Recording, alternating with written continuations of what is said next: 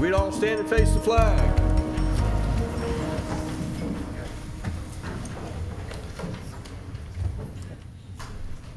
I pledge allegiance to the flag of the United States of America and to the republic for which it stands, one nation, under God, indivisible, with liberty and justice for all. Tonight we have the honor of having many Boy Scouts here tonight for a recognition of one of their members in Troop 431, and I would like to call Andrew Warren to begin this recognition ceremony. So yeah, I'm here today mostly just to say thank you to Oliver, who saved my life on January 12th at Sweetwater Creek. We were kayaking well above normal levels.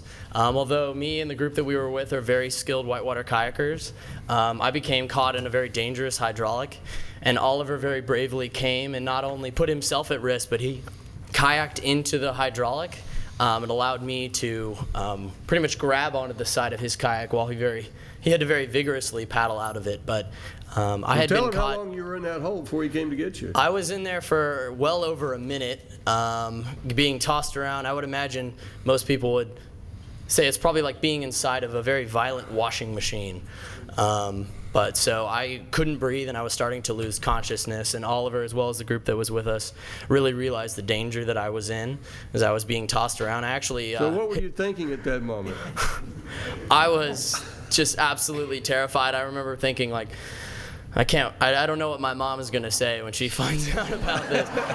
She didn't even know that I was out there, and I hit myself in the face with my paddle. So I have this nice scar. You guys can all see it later. I broke my nose and gave myself a minor concussion. And everyone always, they kept asking me if I had joined a fight club, and I had to tell them, no, I hurt myself kayaking, and not only that, but I hit myself. But really, like, thank you to Oliver. I probably wouldn't be here today if it wasn't for him. And he really did something very courageous in that he really put himself at risk to do what he did. So really big, great thank you to Oliver.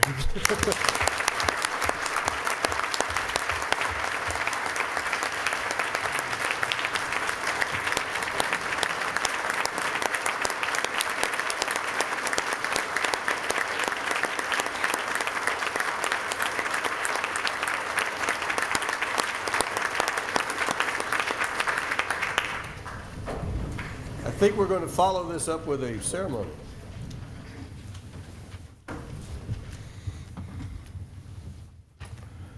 While he's coming forward, what folks don't realize is the nature of a hydraulic is it, even when you're downstream of this, it is sucking you into it.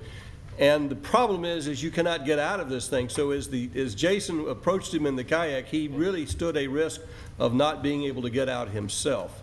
So it was not done without a lot of trepidation and a lot of courage. This is very true, and that's why we, as part of the Boy Scouts of America, we like to recognize these life-saving heroic events as they happen. And so for Oliver, we have the honor medal with crossed palms, which is earned by someone who performs a life-saving task with great risk to oneself in the execution of it. Just to let you know just how special this particular award is, nationally, in year to date, there have only been 5 of these awards issued. In the past 5 years alone, there's been a total of 39 of these awards on a national level. So the fact that we have one of them here in the Atlanta Area Council and with one of our own youth is quite remarkable.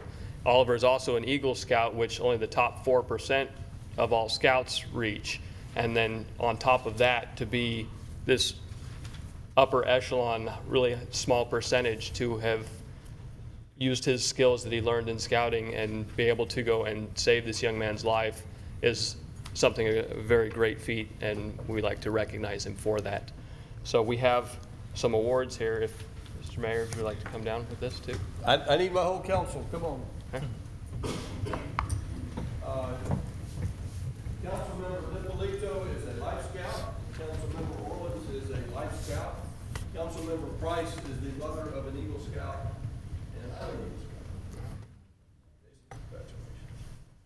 Congratulations. Thank you. Thank you.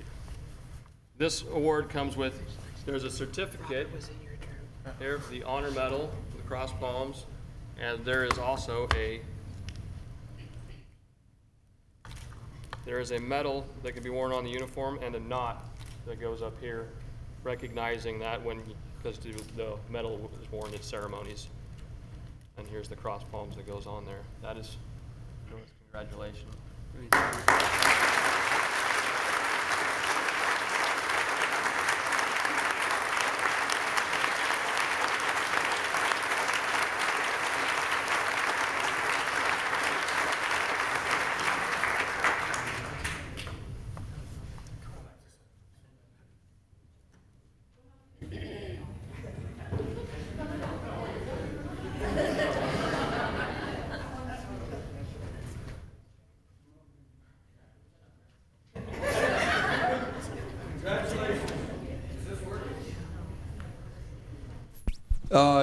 I want to hear from Jason, but I understood from his father that Jason Oliver. I heard from Jason Oliver's father that Jason had the good judgment not to run this rapid because of the danger of this hydraulic, but then to go up into it from the rear showed that he not only had wisdom, but he had a lot of courage. So it's an honor to recognize you this, and with that, we'll want to hear from you. I really don't know what to say. I'd have to thank my troop and learning all my skills from there, and also Woodruff Scout Reservation. I couldn't have done this without my parents, because without their help and support about going to be a whitewater kayaker, it's a crazy sport, and I can't believe they let me do it. And then I'd also like to thank Andrew, because if we weren't on the river that day, then I wouldn't be getting this award. Thank you. So we got pictures? That was. Okay. If everyone can look up here, we'll take a few. And one more.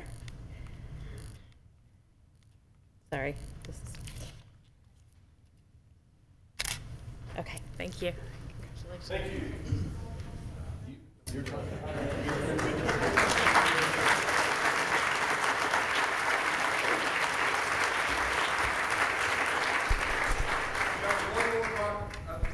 I've got one more proclamation to read before the Boy Scouts leave, because I think it's appropriate for you all to stick around for that proclamation. Mayor Wood, I've got a presentation. Oliver, come up here, please. Pretty big fella. How you doing? Good. Pretty expensive. The life-saving award in the fire department is for saving of a life, whether it's in a fire, a crash, whatever it is. Whenever we go out and save a life, then we present to our firefighters that meritorious award for saving of a life. And what Oliver did was right up there amongst what we do.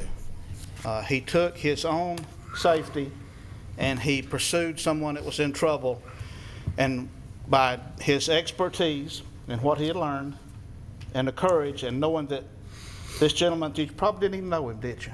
No, just a little bit. Saved his life. So we want to recognize that from the Roswell Fire Department and the City of Roswell. So we're going to present Oliver with a certificate of a Life Saved Award, Oliver Yowell, in honor of recognition of his heroic and selfless actions which saved the life of Andrew Waring on January 12th, 2014. Congratulations, job well done. Thank you.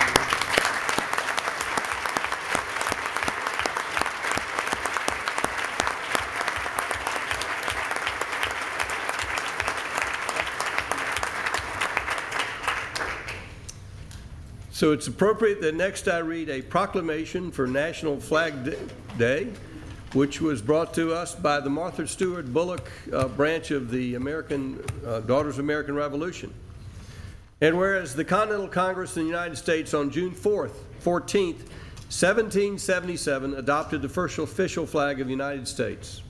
And whereas the Congress of the United States on August 3rd, 1949, officially designated June 14th each year as National Flag Day.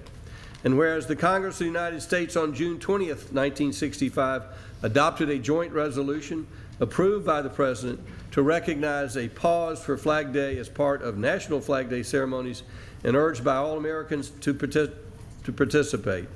And whereas the city of Roswell has always been proud of our national flag and what it symbolizes, knowing that it stands for the best that humankind has ever sought and achieved in the history of the world.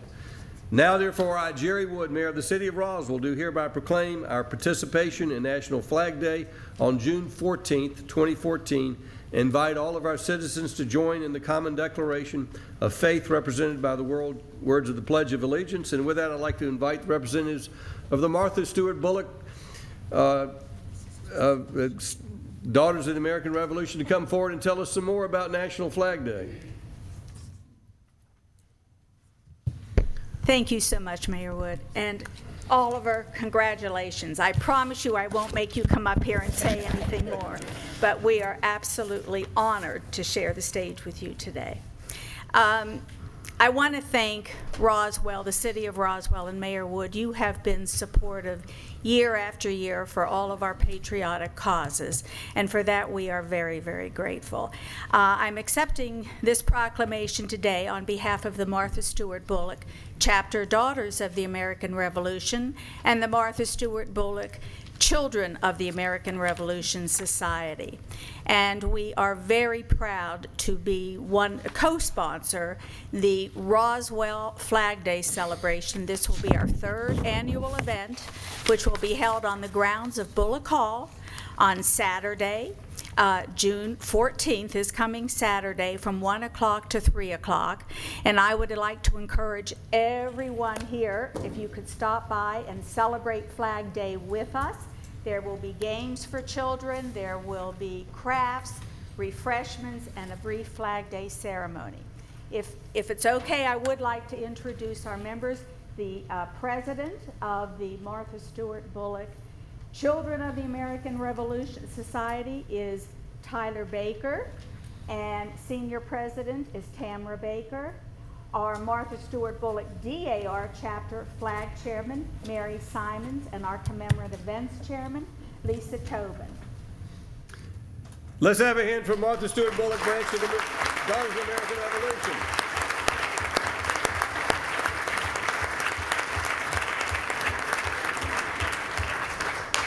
Thank you so much, Mayor Wood. Can we pick the proclamations up before we leave Absolutely. Today? Thank you. Absolutely. Please come forward. Thank you so much. Thank you. I'm going to have one more recognition, and I'm going to take a short break so these Boy Scouts don't have to sit through a long, boring city council meeting. And that's recognition of the City of Roswell being awarded the first annual Health and Wellness Champion by the Greater North Fulton Chamber of Commerce. Is the Chamber of Commerce here? Dan Roach is here to present this award. Thank you, Mr. Mayor, members of City Council. We were very honored this past month to be recognized by our friends at the Greater North Fulton Chamber of Commerce as the organizational winner of the 2014 Health and Wellness Champion Award. I stand here before you tonight as a representative of all of our city employees who won this award for us. I think this award is a testament to you, Mr. Mayor, and each member of the City Council for your consistent support of everything that we've asked you to do with respect to wellness. This award is geared towards individuals and organizations that are bending the cost curve with health insurance back in their favor, and also enhancing the quality and length of lives of our employees. So it's a testament to you, Mayor and Council, and a testament to all of our employees who have so embraced everything that we've done with wellness. So very happy to present this award to each of you. I'd like, before we close this segment, to hear from Kay, but I will tell you that this council recognizes that the most valuable asset this city has are our employees, and looking after their health and wellness is the best way we can look after those assets. Kay. Thank you, Mr. Mayor. We've had a number of success stories, and I think the biggest testament is that we have very competitive staff members, so departments have had a lot of fun with keeping up with the number of steps that they walk. Mayor and council were involved with that as well. But through the screenings that we had, and some people approach this with much trepidation, others with a lot of passion, but we've had success stories where across the board we've had people who had some life-threatening situations that were taken care of. We've lost a lot of weight. We've brought down blood pressures, and this can be a stressful job. We've also improved our cholesterol levels, our sugar levels, and more importantly, people like me who don't eat as healthy as they should have learned how to eat green things and actually enjoyed it. So Dan, can you give a few of the numbers, the stats that we've had related to number of participants? Our participation rate was over 86% in the program. From that 86%, we did an initial biometric screen and stratified ourselves into either an at-risk population or a not at-risk population. We had, I think if I remember correctly, about 112 of our employees who participated in the more at-risk program. That group really generated a lot of the results that Kay is talking about. I think that group lost, if I remember the numbers correctly, in excess of 500 pounds collectively, brought blood sugar levels down, blood pressure down. All of those things came down just in a really significant way. Each of those accomplishments was mentioned specifically in the nomination for this award, and I think drew great attention from our friends at the Greater North Fulton Chamber of Commerce. So let's have a hand for that program, keeping everybody healthy.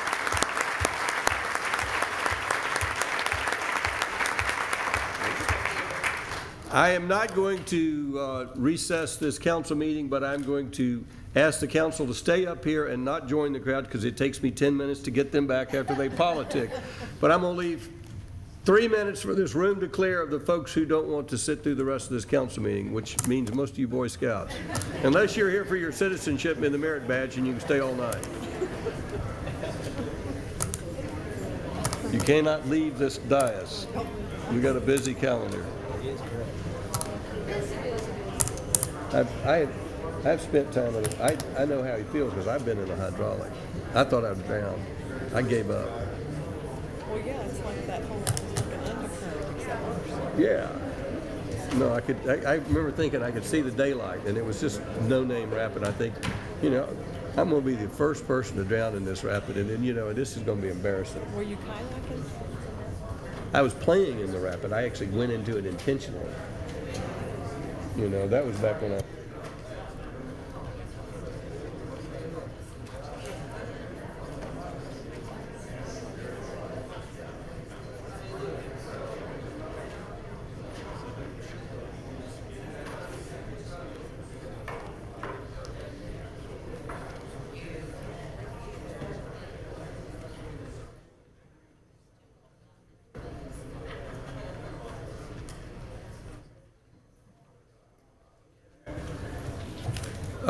Next item on the agenda is the approval and the first reading of the fiscal year 2015 budget. Mr. Davis, you'd read the budget. Thank you. This is an ordinance adopting a budget for fiscal year 2015 for each fund of the City of Roswell, Georgia, pursuant to Article 6, Chapter 6 of the Charter of the City, beginning July 1st, 2014 and ending June 30th, 2015, appropriating the amounts shown in each budget as expenditures, adopting the item of anticipated funding sources, prohibiting expenditures to exceed appropriations, and prohibiting expenditures from exceeding actual funding sources, and amending the Code of Ordinances to effectuate such adoption. Now therefore, the Mayor and Council of the City of Roswell, pursuant to their authority, do hereby adopt the following ordinance. City of Roswell, Georgia hereby adopts an expenditure budget for fiscal year 2015, said budget being described below and shown on Schedule A for each fund of the City of Roswell, Georgia. General Fund, $62,462,629. Confiscated Assets Fund, $334,654. E911 Fund, $1,930,049. Impact Fee Fund, $70,000. Cemetery Fund, $23,500. Hotel Motel Fund, $1,038,331. Lita Thompson Rental Fund, $124,328. Capital Projects Fund, $7,087,860. Debt Service Fund, $5,761,513. Water and Sewer Fund, $3,376,917. Stormwater Fund, $3,292,355. Solid Waste Fund, $10,069,237. Recreation Participation Fund, $5,257,961. Workers' Compensation Fund, $503,655. Group Benefit Fund, $7,150,051. Risk and Liability Fund, $1,137,960. Fleet Services Fund, $714,115. And Grant Fund, or Grant, $20,270, for a total of $110,355,385. Any increase or decrease in appropriations or revenues of any fund or for any department, the establishment of new capital projects or the establishment of new grant projects, other than those exceptions provided for herein, shall require the approval of mayor and city council. A millage rate of 5.455 mils is hereby established as part of the approved budget based on the estimated digest of Fulton County.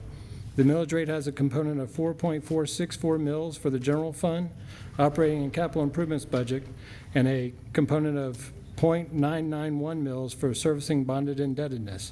The millage rate may require adjustment upon approval of a certified tax digest for tax year 2014. This budget fixes the number of budgeted full-time positions of the city at 596. City administrator or his or her designee is authorized to distribute funds reserved for the employee merit pay and group health insurance increases included in the FY 2015 budget to the various departments as necessary. The mayor and council adopt a capital improvement plan for fiscal years 2015 through 2019 as attached hereto and incorporated herein as Schedule B. The mayor and council further approve the reappropriation of all approved capital project and contingency funding that is unspent and available as of June 30th, 2014. The mayor and council further approve the reappropriation of all unspent fiscal year 2014 firefighter fees to continue to fund firefighter staffing at 28 personnel in fiscal year 2015. Mayor and council further approve the establishment of a citywide fuel and utility contingency and approve the reappropriation and transfer of all unspent and available fiscal year 2014 fuel and utility budgets to such contingency. And the mayor and council further approve the reappropriation of all unspent and available fiscal year 2014 funding for on-call architectural services in the Community Development Department in fiscal year 2015. City administrator and his or her designee may promulgate all necessary internal rules, regulations, and policies to ensure that this budget ordinance is followed. And if approved, this will be the first reading. Do we have a presentation from staff to explain all of that? Good evening. This is our first reading of the FY 2015 proposed budget. This evening we're going to give you some highlights of the proposed budget. The budget itself was proposed on May 12th. And tonight we're going to give you some highlights of the proposed budget, beginning with our general fund and some of our other funds. Is the full budget available? Yes, the full budget is available. How would the public find that full budget? The full budget is available on the city's website, roswellgov.com. And this evening we'll also be addressing some of the highlights of the budget ordinance, as well as a draft of the add-delete proposals and some of the next steps in the process. Just as a recap, the proposed budget meets the following budget principles. The budget is balanced using current year revenues to fund operating expenditures plus our maintenance capital. Our reserves were used only for one-time capital. The general fund maintains a reserve of greater than or equal to 3 months of operating expenditures. The budget does not include any increase in the combined property tax rate, and the budget maintains the current level of services. Some highlights from our proposed budget. As we mentioned earlier, the operating revenues exceed our expenditures. There's no increase in the millage rate. Over $2.8 million is invested currently in capital projects in the proposed budget. and the budget includes an employee merit-based pay increase averaging 3% for full-time and part-time, as well as firefighter positions. This next slide provides you a summary of our revenues for all funds, totaling $110.9 million. As you can see, our primary sources of revenue include our property taxes, our charges for service external, which represent our user fees related to our enterprise funds, as well as our sales tax revenue. These three sources combined make up about 61% or $68.5 million of our total all funds revenues. Other categories shown here include our franchise, alcohol, business, and insurance taxes. Our interfund revenues include those transfers between funds, such as transfers to our internal service funds. Other revenues include our licenses and permits, the big one there being our building permit fees, our fines and forfeitures, as well as proceeds from other financing sources. And as you can see, in total, the budget uses $5.3 million in reserves. The next slide gives you a summary of our expenditures across all funds, again totaling $110.4 million. Four departments make up the majority of these expenditures: our police, administration, public works, and recreation and parks, total about 65% or $71.9 million of our total all funds budget. Moving on to our general fund operating budget, we anticipate proposed revenues in FY 2015 of $61.6 million. This is made up of our sales tax revenues, property tax, our franchise, alcohol, and business and insurance taxes, as well as other miscellaneous revenues, including our licenses and permits, fines and forfeitures, charges for service, and intergovernmental revenues. The next slide gives you a history of our general fund operating budget. Operating budget includes our operating expenditures plus our maintenance capital. As you can see, the FY 2015 proposed operating budget includes an increase of less than 1% from FY 2014 approved operating budget. The proposed operating budget for FY 2015 is $59.6 million. Our general fund expenditures for FY 2015 are spread across our departments. You can see that our police, recreation, and parks, as well as our administration departments, make up about 60% of our total general fund budget. The next slide gives you a history of our authorized full-time positions. You can see that the FY 2015 proposed budget includes 596 full-time positions, which represents a net increase of 5 positions included in the FY 2015 proposed budget. In summary, our proposed revenues total $61.5 million, proposed operating expenditures of $59.6 million. Of that amount, the remaining amount is $1.95 million, of which has been allocated in the proposed budget to fund one-time capital. Currently in the proposed budget, there's $0 remaining in the FY 2015 budget, and the budget maintains a 25% or 3-month reserve policy of a little over $14 million. For our general fund one-time capital, you can see that our general fund balance over our reserve policy totaled $1.8 million. We had a little over $1.9 million in unallocated operating revenues for a total available funding for our one-time capital projects of $3.8 million. The FY15 proposed one-time capital budget totals a little over $2.8 million, which leaves $953,272 remaining for FY 2015 proposed. For our other funds, to give you some highlights of where our major other funds stand, our water and sewer fund, as you can see, the FY15 budget includes $3.4 million in anticipated revenues and $3.4 million in anticipated expenditures. Our stormwater fund includes $3.3 million proposed in FY 2015 for revenues and $3.3 million in expenditures. That amount includes $1.4 million in maintenance capital devoted to the stormwater master project list. For our solid waste fund, our FY 2015 proposed revenues total $10.1 million, and our expenditures were also $10.1 million. And then finally, for our Recreation and Participation Fund, this slide actually gives you the breakdown of our total recreation and parks budget across all funds.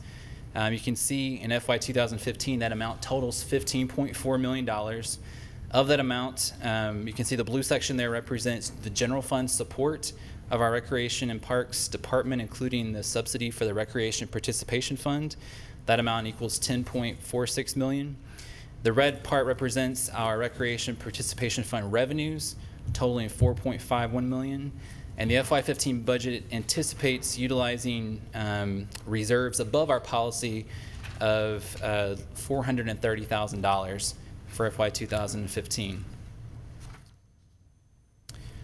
Our unfunded requests in the FY 2015 budget, this slide gives you an idea of our operating program changes that are not included in the proposed budget, including a branding position, a code enforcement officer for community development, a part-time admin assistant for historic and cultural affairs, Arts Commission budget proposals totaling almost $38,000, marketing funding for historic homes, as well as a citywide bicycle and pedestrian plan totaling $90,000. These items are not included in the proposed budget. Unfunded maintenance capital totals $531,000, representing system-wide park improvements, structural repair, Smith Plantation painting, scoreboard replacement, playground replacement, upgrading hardware at the Cultural Arts Center, as well as painting and flooring also at the Cultural Arts Center. And in terms of our unfunded one-time capital projects, this includes replacing an underground tank at the Cultural Arts Center. And the Recreation and Parks Department, it includes restroom renovations, constructing a new restroom facility at the Barrington Hall, additional shade structures for parks and playgrounds, uplighting at Barrington Hall, restroom renovations at the Bill Johnson Community Activity Building, landscaping for City Hall, pavilion improvements for both Smith Plantation and Bullock Hall, constructing a parking lot and replacing tennis courts related to the Adult Recreation Center pool project, cell phones charging stations, as well as new restrooms at the Elkins Point Middle School at Crossville. That represented the Recreation and Parks unfunded items. For police, their unfunded tablets, Bluetooth printers, and related software for the motorcycle fleet, as well as the Oxbow retaining wall and pedestrian safety enhancements in the Transportation Department. There's a few items we wanted to highlight from the budget ordinance. The FY 2015 budget ordinance includes the establishment of a fuel and utility contingency. If you see in the proposed budget, the FY15 budget included a reduction in our fuel and utility budgets based on our historical expenditures. What the ordinance includes is establishing a fuel and utility contingency should expenditures exceed those budgeted amounts. We are proposing that the fuel and utility contingency be funded from savings, from fuel and utility savings from FY 2014.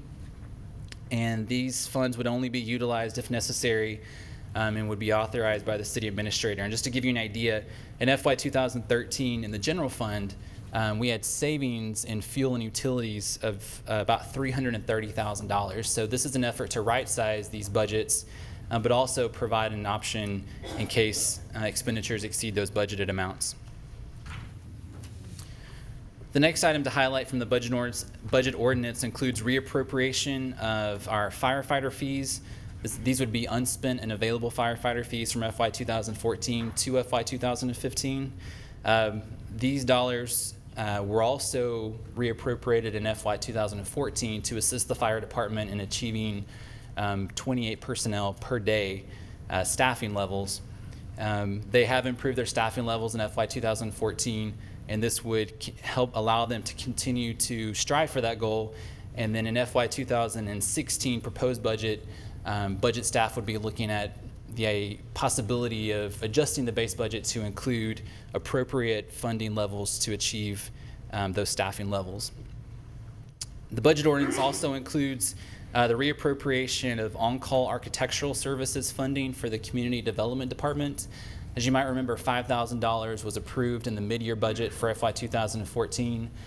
This would allow that funding to be reappropriated in FY 2015, along with an additional $5,000 that is included in the base budget, so that they can procure those services as necessary. The budget ordinance also includes authorization to distribute the merit pay as well as the group health funding. Currently, these funds are placed in a reserve within each fund, and then based on the actual expenditures, we would propose authorizing that distribution once those expenditures are actually known. The next item would be our add-delete proposals that were received as of today. These numbers also, I have a few new numbers based upon our work session. We did receive the amount that has been committed in the special events sponsorship funding, so I can give those amounts to you now. Are available for programming, our revenues that exceed expenditures remains at $953,272. The available for reprogramming or the suggested deleted items changes to $264,791. Our additional revenue remains at zero for a total available of $1,218,063. Our ad proposals remain at $1,930,235,000. The change in our general fund reserved by policy, that number is now $13,008. And so our remaining amounts, or the amount that we are over currently, is $725,180. The following items were received as suggested proposals. These are ad proposals, and they include the 4 proposals related to the Arts Commission funding that total about $38,000. This includes initial funding for the Cultural Master Plan implementation, funding for the National Arts and Humanities Month activities, funding for the Roswell Arts Fund nonprofit support, as well as matching funds for temporary public art installation. Other suggested proposals include adding the City of Roswell branding position, as well as the Oxbow retaining wall.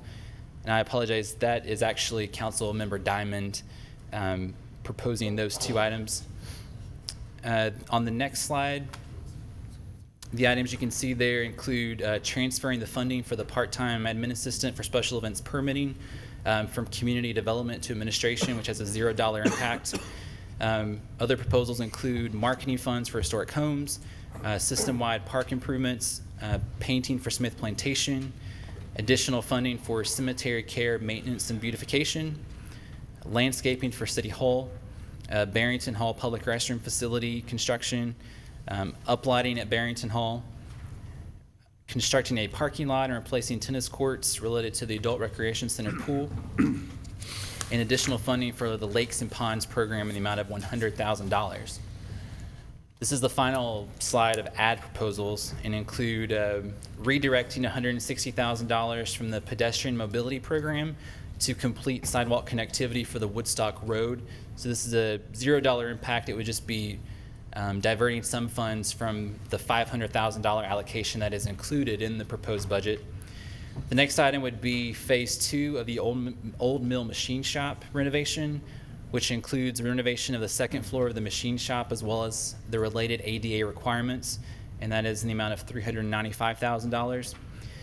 And then finally, we have the additional safe-built code enforcement officer and community development, as well as funding for the design of the City Green project.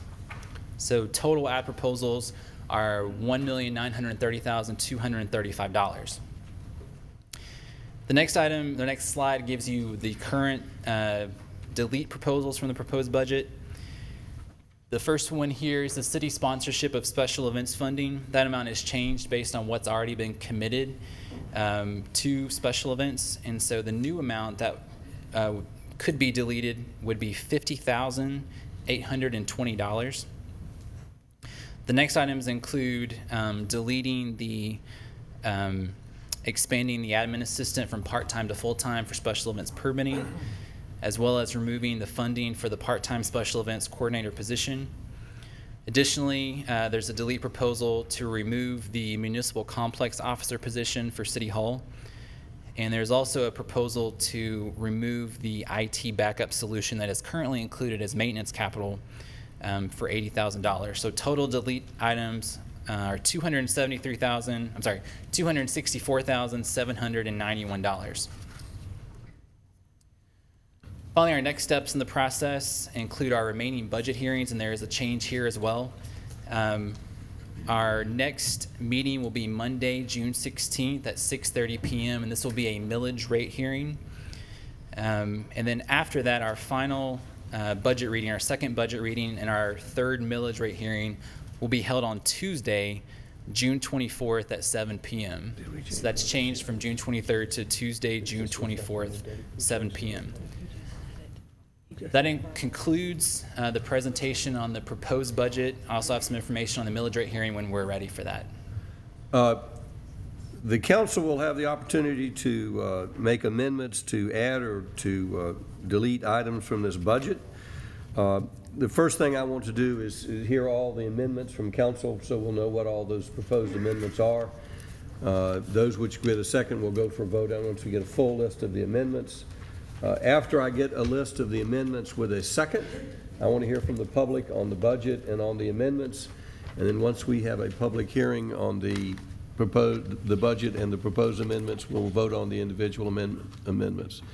So at this time, if the council has any questions, this is an opportunity for questions. And in addition to questions, if you would like to propose an amendment to the budget, we'll entertain amendments. Councilman Eichelhardt. And to clarify on that process, do you want us to go through in terms of making a motion in seconds, each one individually? You can make it as a group or as an individual. It's what I'd like you to do is categorize it. I know we have some cultural arts and then some branding. So if you could put it in the categories, I would appreciate it. Right. Or you can make it individual motions. Right. To the extent that I can, and for those who don't know our process, I'm liaison to the admin and finance department, so generally it falls to that person to make those motions. So I will go ahead and make a motion, I think in groupings, because there are some different pieces. There are a number that I think that we need additional information, and probably will wait till the 24th. It was kind of set on the side for now, but I will go ahead and put forward several groupings.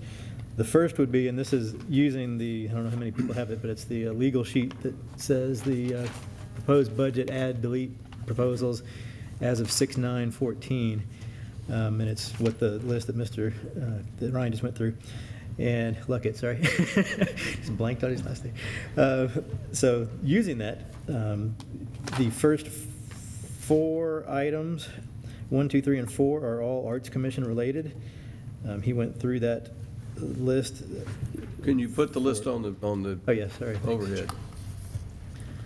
That is the Cultural Master Plan, initial implementation, the Arts Commission, the National Arts and Humanities Month activities, the Roswell Arts Fund nonprofit support, and the matching funds for temporary public art installation, all of which, again, are the Arts Commission. It's the first 4.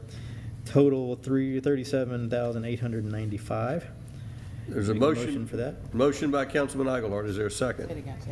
Second by Councilmember Diamond. 1, 2, 3, and 4. Of which? The very first operating. So there's a motion to add items 1, 2, 3, and 4 regarding the Cultural Arts Commission and the Arts Commission to the budget. I think it totals $37,000 some odd dollars. $895. $37,895. Is there a second? And there's a second by Councilman Diamond. So if you move to your next amendment. Oh, I think they're the same. All right. The next is number 5, also on this list, the City of Roswell branding support position, which is 6 months in FY 2015 of $25,000. There's a motion to add that branding support position, $25,000. Is there a second? Second by Councilmember Diamond. Motion by Councilmember Eichelhardt, second by Councilmember Diamond to add $25,000.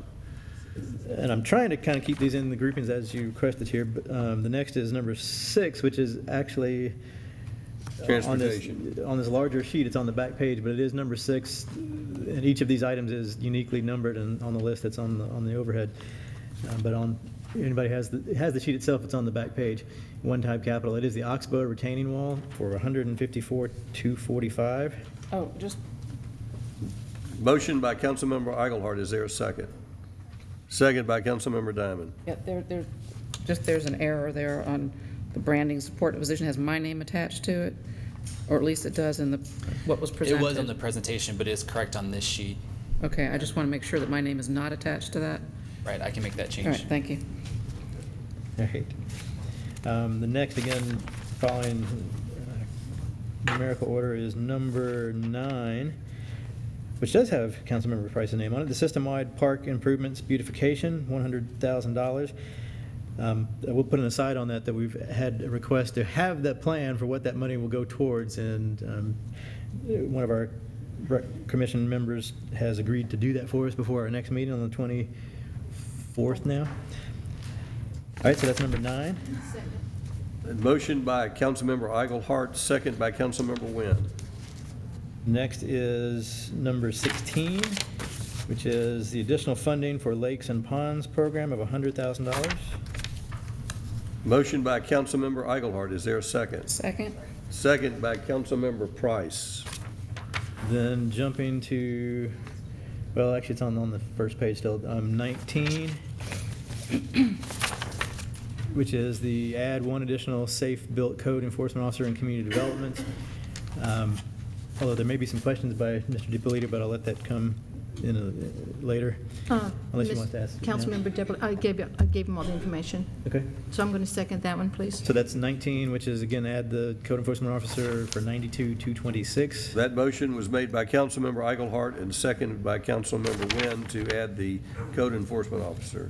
And then number 20, which let me make clear, this does not approve City Green project, does not approve any plans, does not approve really anything other than setting aside money that if things do happen where we want to move forward, this would be funding set aside for design. So at this point, the number is $578,167. That's number 20. The motion by Councilman Eichelhardt to approve funding. Second. Second by Councilmember Wynn.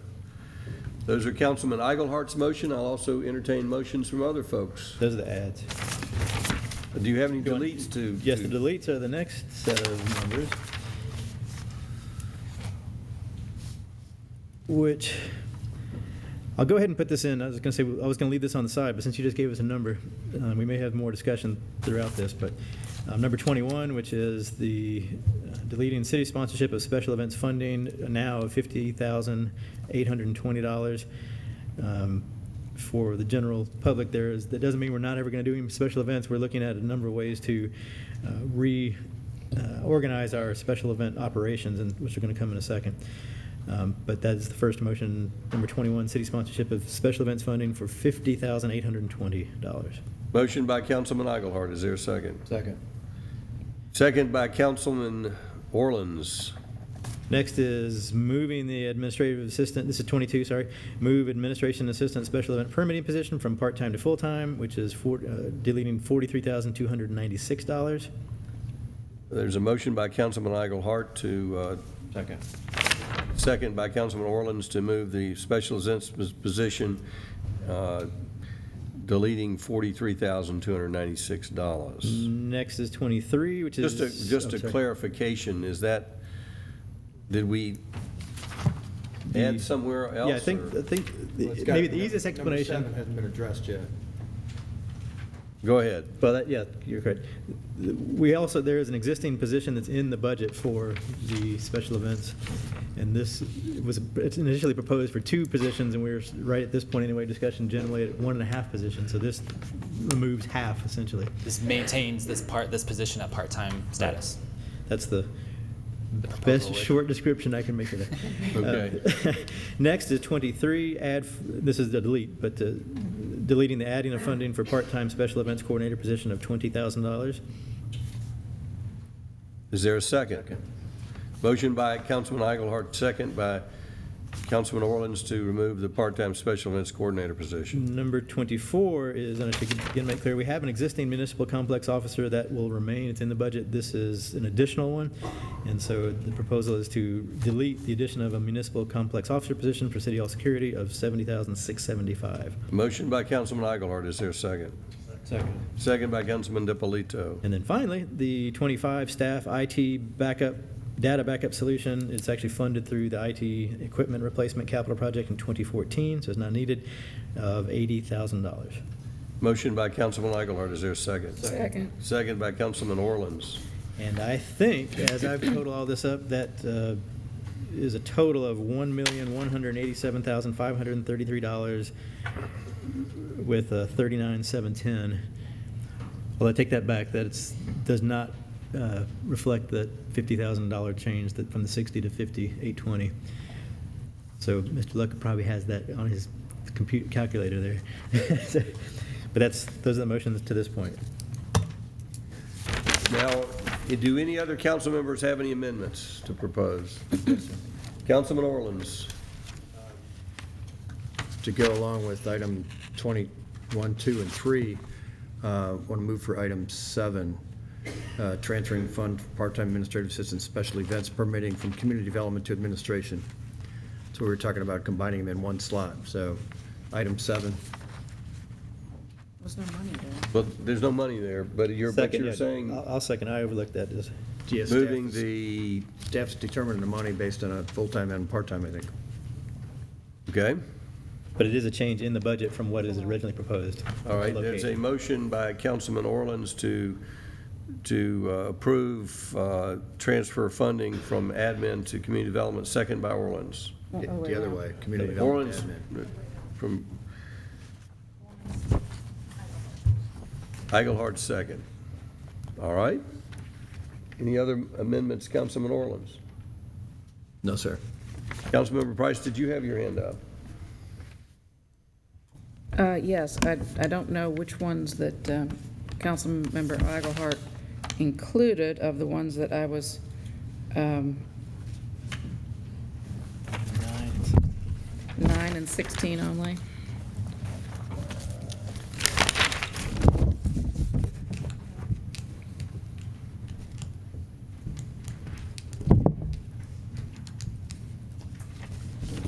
Okay, there's 2 maintenance capital issues that need attention. One is item number 10, which is a painting of Smith Plantation, which is in great need, and the budgetary item is not that great, but if we let it get away from us, we'll be paying more to make repairs if that painting is not done. So I would propose or move to add number 10. Motion by Councilwoman Price to add painting of Smith Plantation for 16.5. Is there a second? Fails for lack of a second. The second one is number 11, which is funding for the cemetery care maintenance beautification. We have a problem. The Cemetery Care Association, which was looking after the cemetery on Woodstock Street for many years, the people in that group have gotten older, and some of them are spending their permanent time there. Others are spending their permanent time somewhere else, but there's basically no one left in that entity, and some years ago they transferred the remaining monies in that fund to the city, which will deplete next year. The annual requirement to perform that work that they had been doing is upwards of $25,000 to $28,000 a year. We've got enough to get through the fiscal year, but I think it was only in the amount of, was it 20, whatever. We're going to even be short this year. So we need to be planning to either rejuvenate or bring back, we can't bring back the people, but we could bring back the entity to maintain the cemetery on Woodstock Street. And this would allow us, this particular item number 11 would allow us to finish the work in the next fiscal year and then get us started for the following. And there's a group within the Historical Society that wants to take this on as a project. So if we could get that entity going again and possibly get ongoing support from churches and other sources, then we might not have to even have this in our budget in the future. But I would move that we include item number 11 to maintain the cemetery, which we have been doing, and the money's running out. Motion by Councilmember Price, $20,000 for cemetery care. Is there a second? Question by Councilmember DiPolito. Yes, sir. Thank you. Question for staff. To what extent do we maintain the cemeteries now? How much funding is available in the budget? I guess I'm a little unclear. It's my understanding there's enough. Kay, if you'll respond to the question as far as this proposed budget and the money available to continue funding this year. The proposed FY 2015 budget has ample funding to complete the contract for the scope of work we currently do, which is grass cutting and the type of weed eating that has to be done around the headstones, and Mr. Glover can elaborate on the scope. So there's funding. There is not adequate funding for future fiscal years. But for the year 2015, July 1, 2014 through June 30, 2015, there's adequate funding. Without this additional 20? Correct, yes, sir. The proposed budget covers it.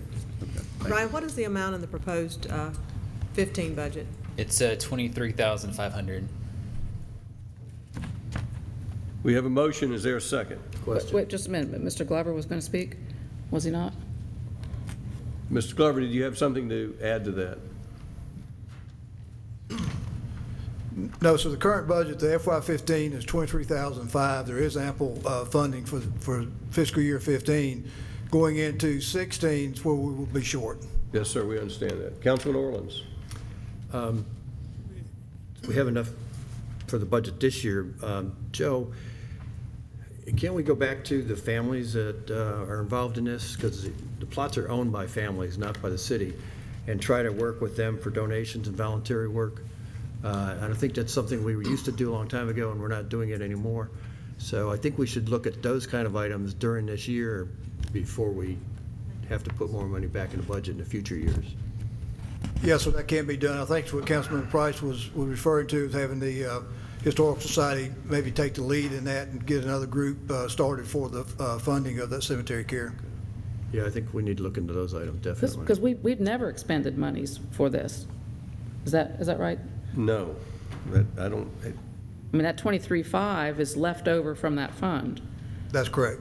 Right, so we have never put it in the budget, ever. You mean of general fund? Any cemetery care for that? The question would be, have we spent money from the general fund for cemetery care in the past? Don't think so. Thank you. It was a special fund, but the special fund is about to run out. Yes, ma'am, that's correct. There is a motion. Is there a second? Motion fails for lack of a second. Well, since we're on a great roll, let's just keep going. Item number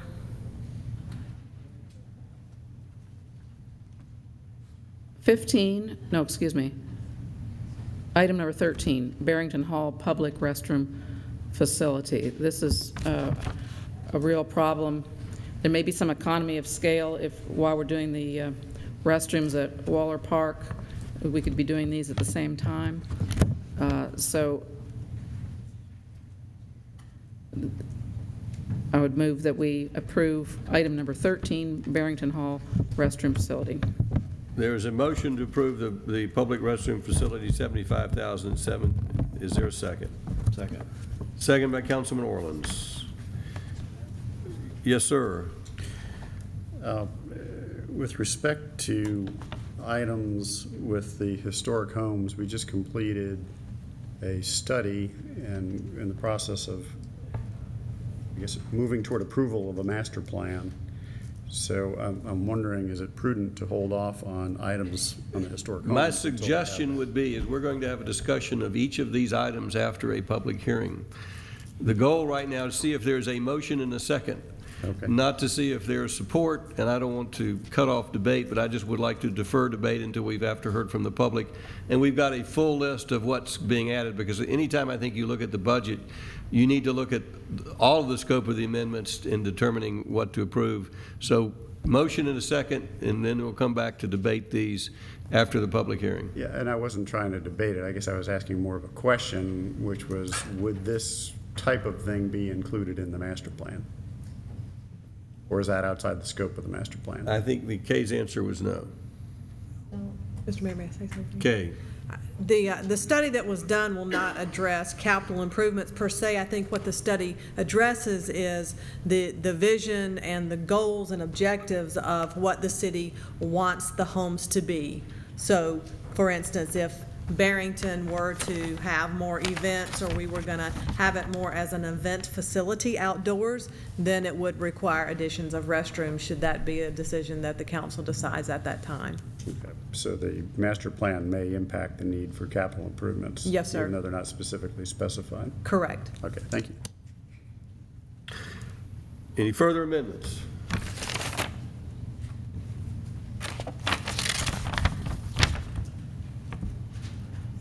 Can we go by number and which ones are now going to be included and which ones aren't?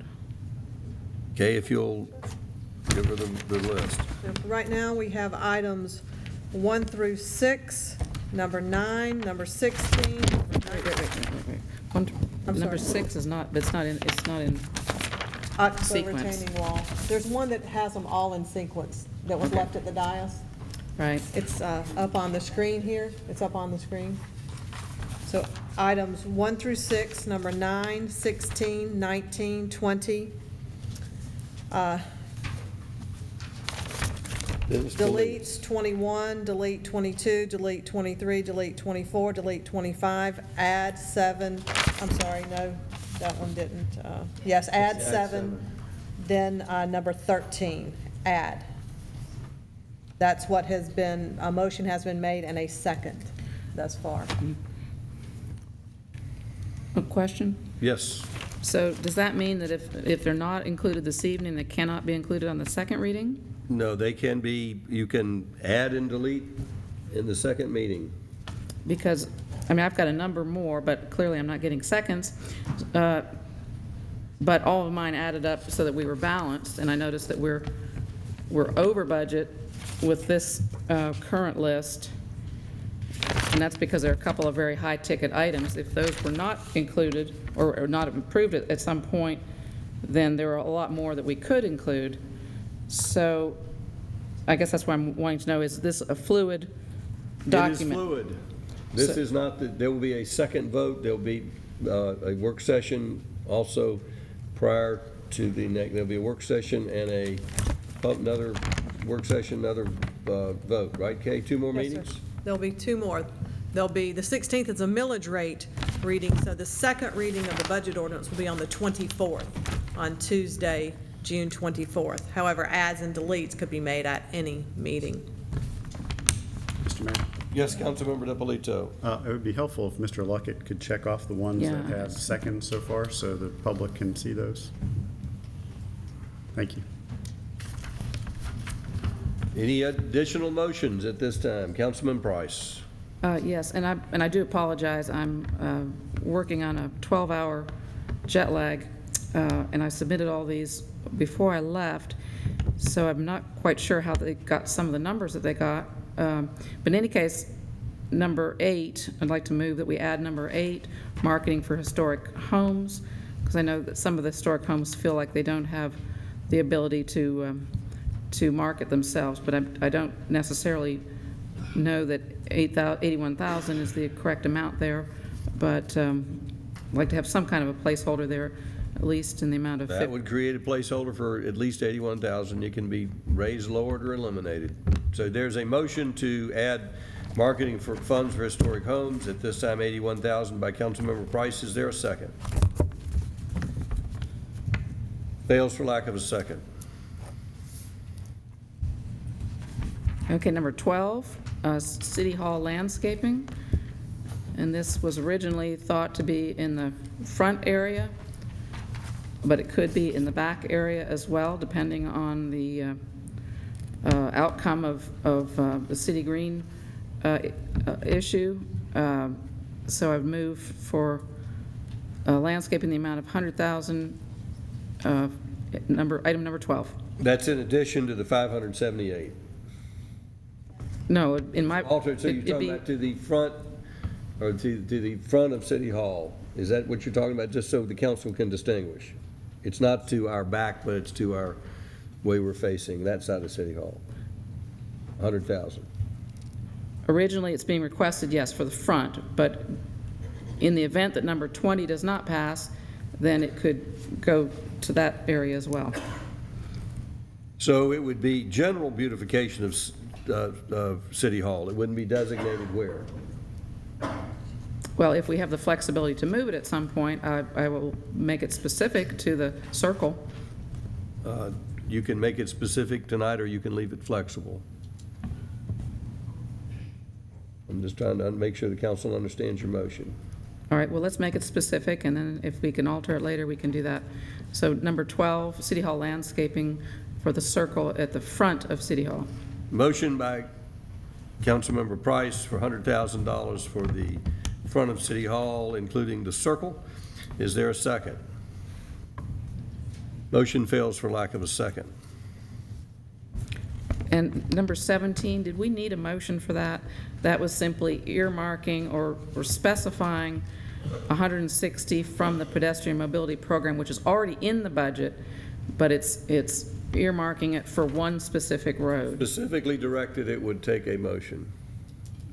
Okay, so this is not a new budgetary item because it's already included in the budget, but it's specifying 160,000 redirected from the pedestrian mobility program to complete the sidewalk connectivity on Woodstock Road, which is our parade route and abutting the historic district. There's a motion by Councilmember Price to designate $160,000 out of the $500,000 in the budget for pedestrian improvements, specifically for Woodstock Road. There's a motion. Is there a second? Question by Councilmember DiPolito. Question for staff. We typically allocate the sidewalk connectivity by priority. Is this a priority in our listing of sidewalk connectivity? Where? It's on the list. Where?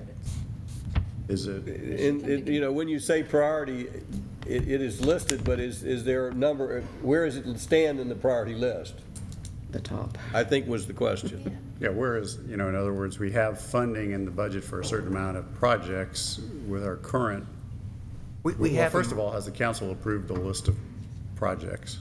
No, we did not submit a list of projects with the 500. That we simply approved 500 to be later approved by y'all. Okay, so the thought is it would come back to committee to figure out which projects the funding would get allocated to. Yes, sir. Okay. That was our intention. Councilmember Diamond. Thank you. Yes, sir. And also, we are in the process of looking at that list and further refining it. The scoring has been more about being around parks and schools, and we want to add a component of adding the walkable areas of the city and try to make those connections where they might not have qualified under the other, and look at a little different picture of it. So this may actually fall very close to the top, if not at the top. we could clarify that right here and now. We're looking for a second to the motion. We have a motion to designate 160 from the of the $500,000 for Woodstock Road.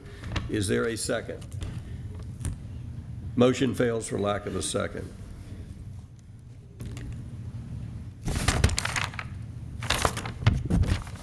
Any other motions?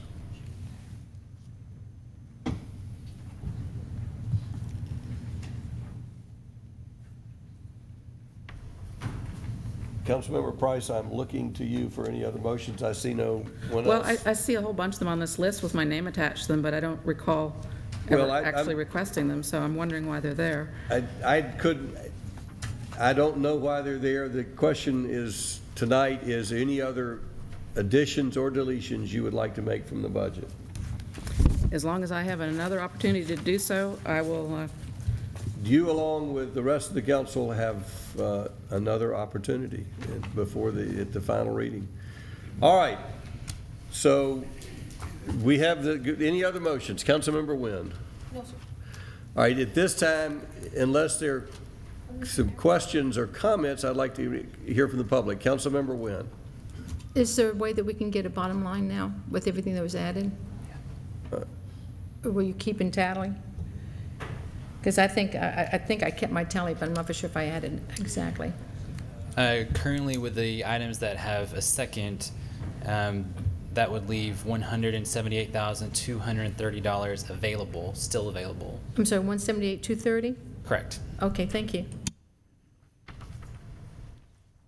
Now, just so the council understands, I haven't added up the operating budget. I am opposed for the operating budget to exceed the available funds, so we may have to adjust the capital budget to make it work, but there's enough money from this operating budget to make this all work. We may have to look at the capital budget to make sure we don't exceed it, but I can't answer that question tonight without calculation. So we can make this work, but we may have to look at some of our capital projects to make it work. That is good to be on the plus side. All right, so now we'll hear from the public. If you would like to, you have 5 minutes to comment. If you'd like to have any questions or comments, you've got 5 minutes. If you'll give us your name and address when you begin, we would appreciate it.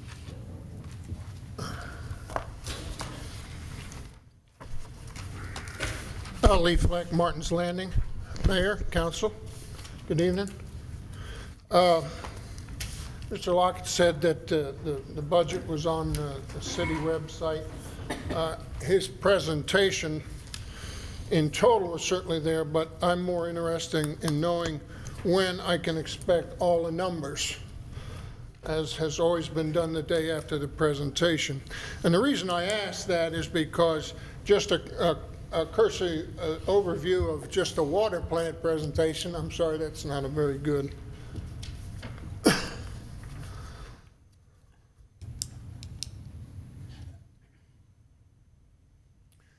I see that the water and sewer fund budget is $3.37 million for next year.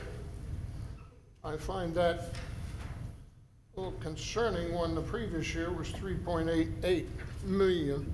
That's a $500,000 favorable variance, and I would like to know where those numbers are. So I'd like to know, one, when the actual numbers will be available on the website.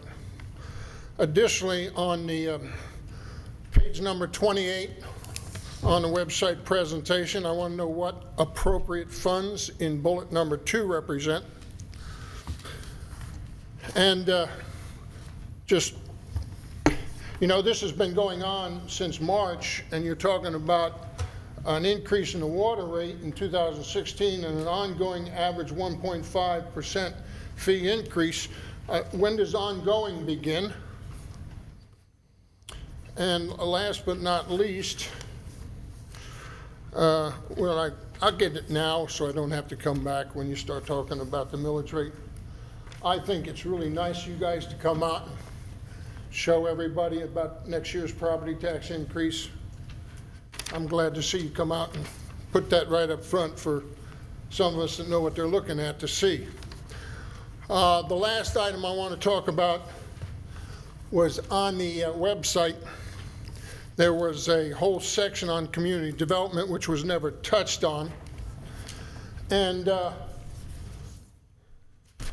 reference that was the goals, anticipated goals with the implementation of the UDC. Now, to those council members who I know haven't seen it because it only came out today, maybe you're, Mr. Davidson, maybe you've seen it, but here is the scheduling order for the lawsuit filed by the plaintiffs against the city to challenge the UDC. And you will see that you're required to be there on October, and that the court hearing will eventually be March of next year. So I wouldn't be in any rush to consider UDC being implemented this fiscal year based on what I see here and know what's going on in the background. That's all. Thank you. Can staff respond to the questions, Mr. Fleck? Let's start with the availability of the complete budget as it currently stands. The proposed budget book is available on the city website and was loaded on the city website the day after the budget was proposed on May 12th. In terms of the water fund, Mr. Fleck, I apologize. You've had your opportunity. You can follow up after this meeting with those questions. I understand you couldn't find it. Mr. Luckett is saying it was available. You may proceed, Mr. Luckett. in regards to the water fund, the 2014 budget was $3.8 million. The FY15 proposed budget is 3.3. The main difference there is the difference in the amount of capital that was programmed. The 14 budget included almost $900,000 in capital, and that amount is less in FY 2015. Thank you, sir. Who'd like to speak next? Come forward, please. Give us your name and address. What about page 28 I asked about, Mayor? If council can, you're all requesting about page 28?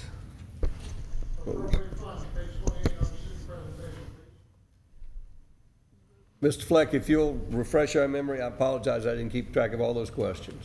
Sir, on the website, on the presentation you gave tonight, page 28, bullet number 2 talks about funds being moved to appropriate funding. I don't know whether it's community development, where it was.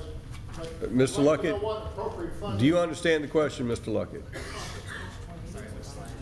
Page 28, bullet 2.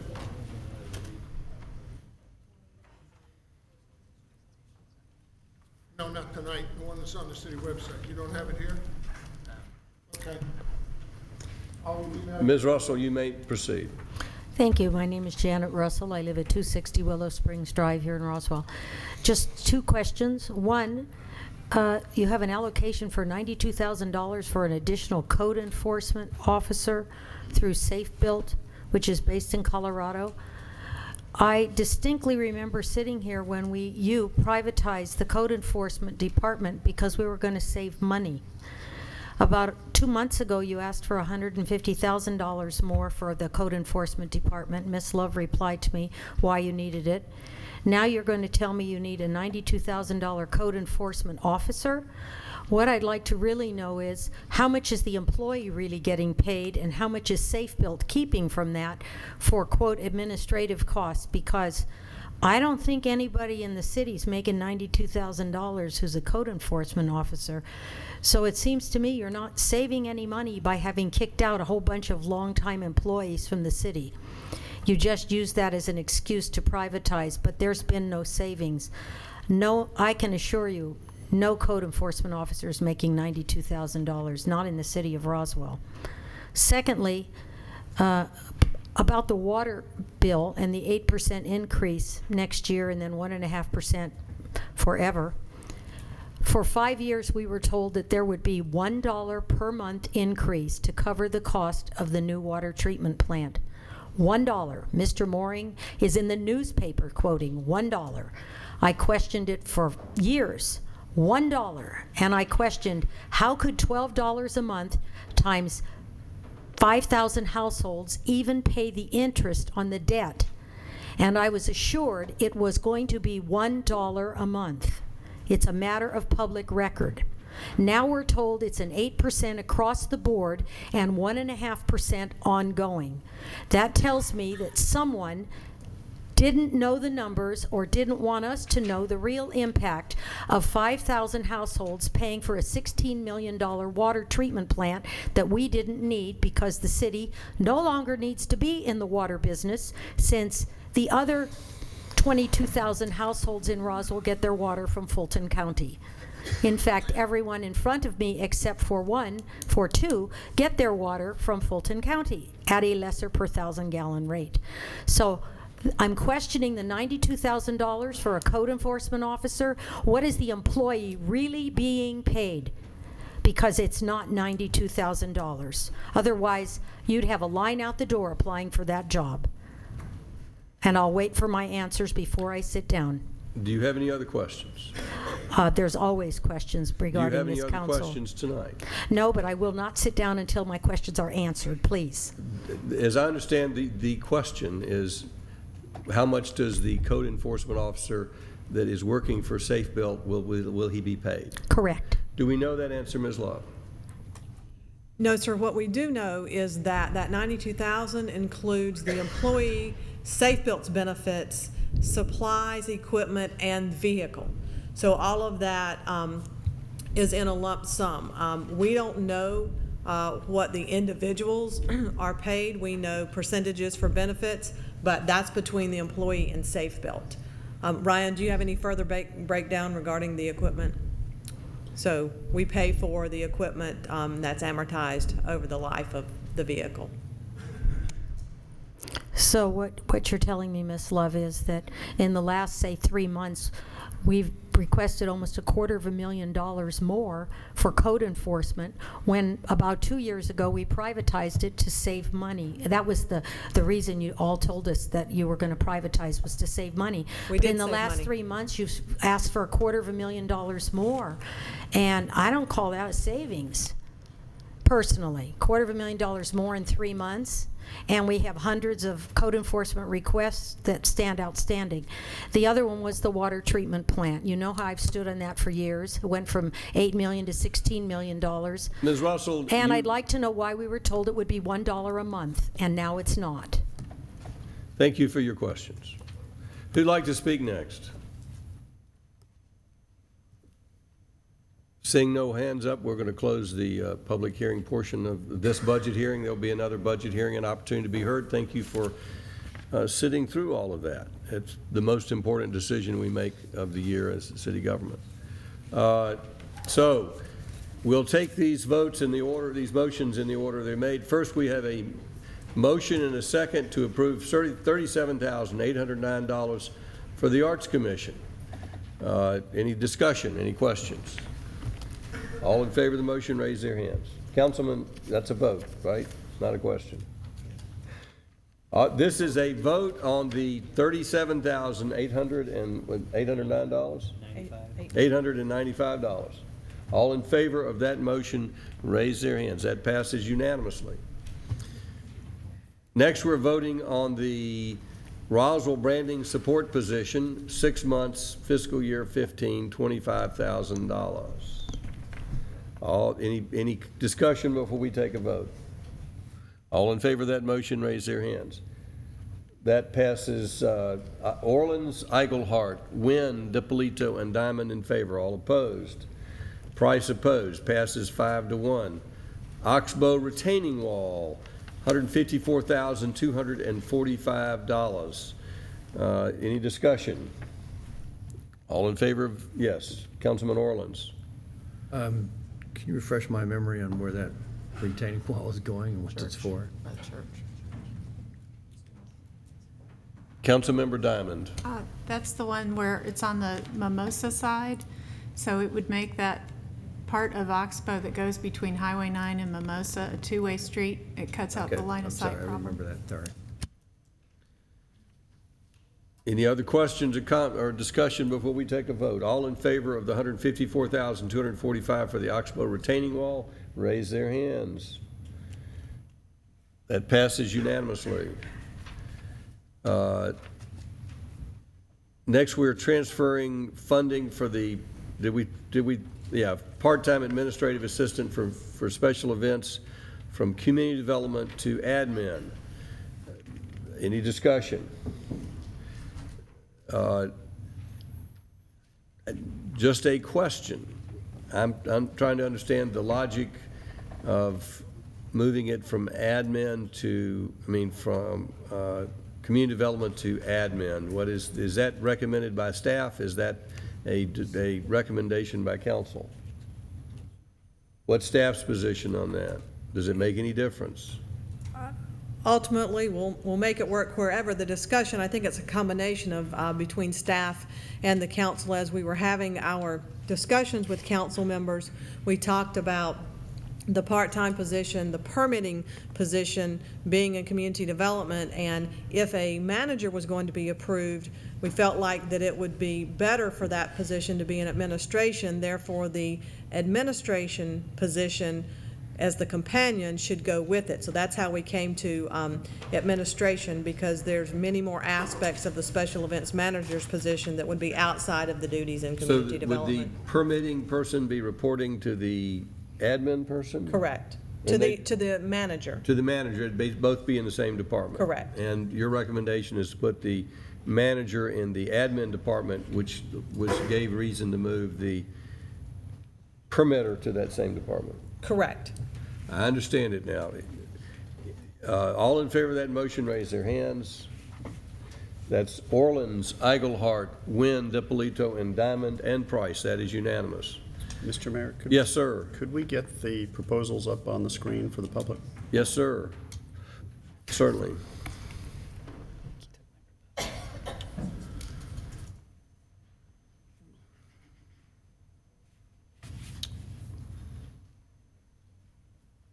How much did we put in maintenance for parks? I'm gonna find this. Next, we have a motion to add $100,000 to beautification of the system-wide improvement of the parks.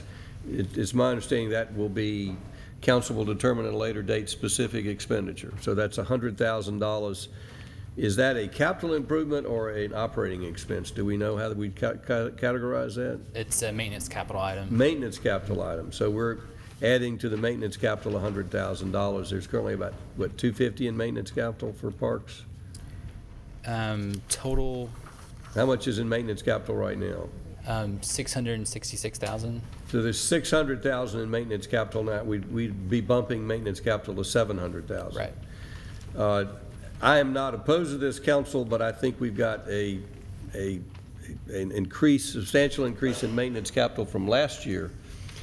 I think they can make the determination of how to spend that maintenance capital. It can be improved for beautification or maintenance. I'm trying to get on a consistent year-to-year program of maintenance capital, and so that's why I did not support that additional increase this year, to try to keep it a consistent year-to-year, which is about $500,000 or $600,000, and not to try to do a whole catch-up. If the council wants to try to catch it up, then now they can, but I'm just trying to level it out. So I don't have any philosophical opposition to it, but I'm just trying to level out the maintenance, and the reason I didn't support it. So that's the motion. There's a second. I'm not supporting it, but I'm just suggesting we just wait till next year. There's a motion and a second. All in favor?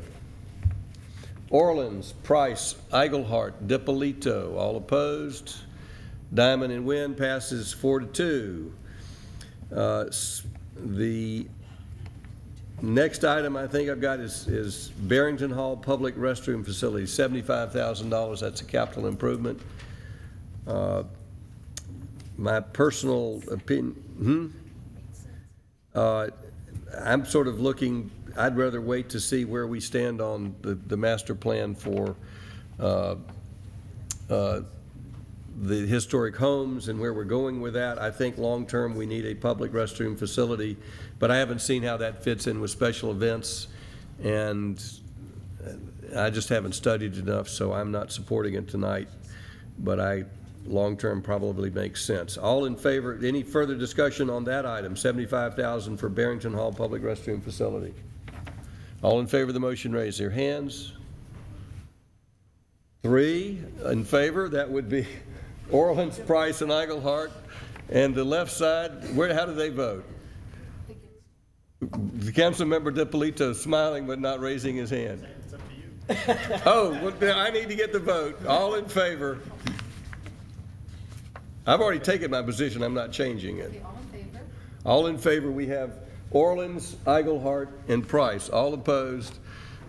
Wynn, DiPolito, and Diamond. I'm voting to oppose it this year. I'd like to study it further. I think I've got additional funding for Lakes and Ponds program. I think that's short of what we're going to need, so I do support that $100,000. Any further discussion? All in favor of $100,000 additional funding for Lakes and Ponds program? That's unanimous. Question? Yes. When it says additional funding, is not it going to be depleted at the end of this year and there's nothing budgeted for it? That's correct. That's why I'm saying I think 100,000. So it's not additional funding, it is, Well, funding. Funding. Funding for lakes and ponds, 100,000. thank you. That's going into, there's money currently in the fund. It will be added to that fund and be. No, there's no money in the fund. Let me speak to that. Ms. Love. All the money currently in the fund has been obligated. However, there is $100,000 that is earmarked or obligated but unspent for Martin's Landing Foundation. Is that correct, Ryan, related to what has been spent? I'd have to check and see. I'm sorry, I don't have that with me tonight. But That's my it will understanding. put another 100,000 over and above what Correct. is currently there or spent. So that, all in favor of that motion, right? Oh, I think we passed it, didn't we? That's passed. Additional safe-built code enforcement officer and community development, $92,000. Any further discussion? I did not include that in my budget. I know there's been a discussion about we need somebody on a weekend. I think we can take two guys and move one to the weekend and one from the week and get full coverage. There's been discussion we need to be more proactive. I'm comfortable with the current level of code enforcement. I know some of our council members have been complaining there's been too much code enforcement from time to time. I, as mayor, find that when I get as many complaints about too much code enforcement as too little code enforcement, I have about the right mix. Some folks feel there's too much, some folks feel there's too little, but it's a judgment call on council. All in favor of the motion to add $92,000 for the code enforcement officer, raise their hands. That is Orleans, Eigelhart, Wynn, DePolito, and Diamond, all opposed. Price passes 5-1. Additional funding designed for the City Green project, $578,000. Any further discussion of that? All in favor of that motion? Councilman Price, is that a question? Question, yeah. Yes.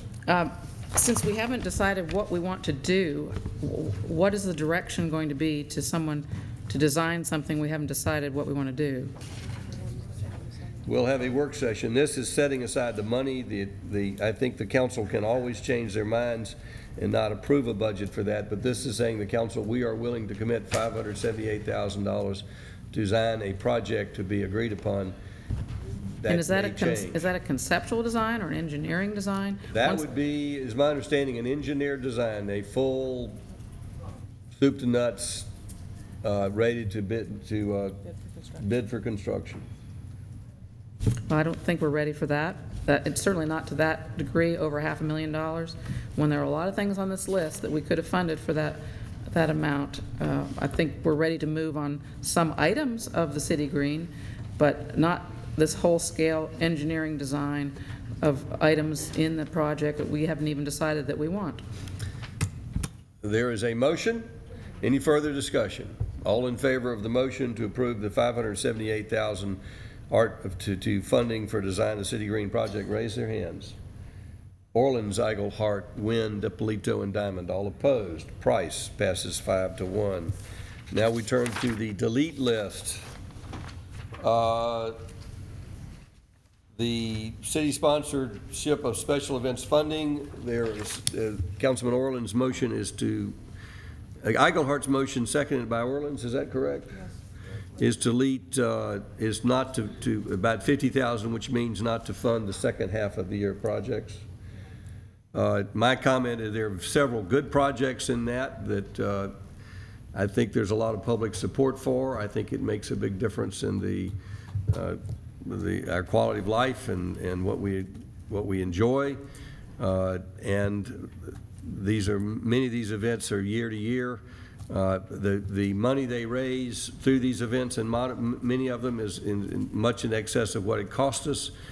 So I think we need a little further discussion of what we're cutting there and what the alternative is. So I'm asking that y'all not support that tonight. Any further discussion? Councilmember DePolito. Thank you, Mr. Mayor. Yeah, I agree that we need to have further discussion on it. I'd like to move forward with, or I support moving forward with the amendment for now, but I do think it'll get folks to turn out. Some more. Any further discussion? Councilmember Eigelhart. I agree. I actually wasn't going to put this forward until we had that number. And to be honest, I don't know what that number is just yet. But I certainly agree that the intention is to clarify that between now and the final vote. But to your point, I think that our intention would be to have money for the Nature Center and the criterium is what we've talked about. We'll see where all that falls out, but that's still a discussion point. Councilmember Price. I can't support deleting that amount because there are a number of groups that have special events that don't raise a lot of money from their special event, and they really rely on city sponsorship in order to have their event. Also, this will kill the criterium. It would have to be put in separately. And unless, if people feel like they do want the criterium, then I don't see anybody adding that as a line item. So this is not clear, but it's clear to me that this is killing the criterium and a number of small events that entities rely on our sponsorship. Any further discussion? All in favor of the motion, raise their hands. Oh, I'm sorry, Councilmember DiPolito. Clarification, I thought Councilman Eaglehart just said that this does not include, the intention is not to include the deduction for the criterion. Yeah, again, I don't know exactly what this final number is. So it actually may be premature to approve this, but you know, that's still to be decided. So honestly, this is a placeholder. Right. So okay. My intention would be to include that at whatever, once we determine what those numbers are.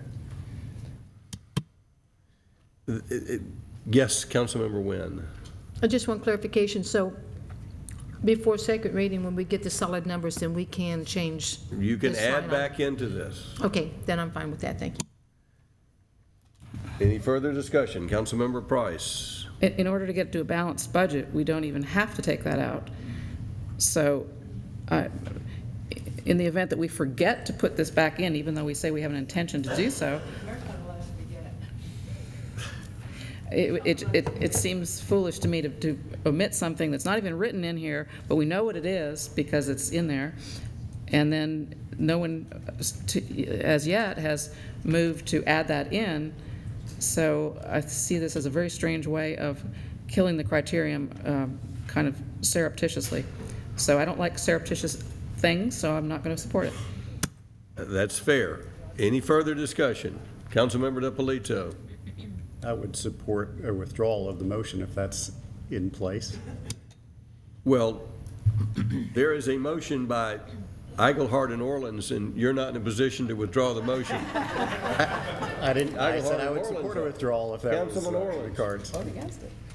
The original intent of this was working with the entire movement of a special events person, a part-time special events person, to try to work with the nonprofits and increase their PR and ability to increase their funds and get the city out of the sponsorship. And I think that's the main part, just being a package with the other 3 or 4 items up here and delete items. And then from there, if you know, we don't have the numbers exactly on what was spent this past year, I think, on the criterium. If there's, again, this creates a discussion, if there's 1 or 2 items that we feel are important to put back in. But this is trying to put a package deal together that we've talked about a couple different times. Any further discussion before we take a vote? All in favor of the motion, raise their hands. That's Orleans and Eaglehart. All opposed? Price? I don't see any hands.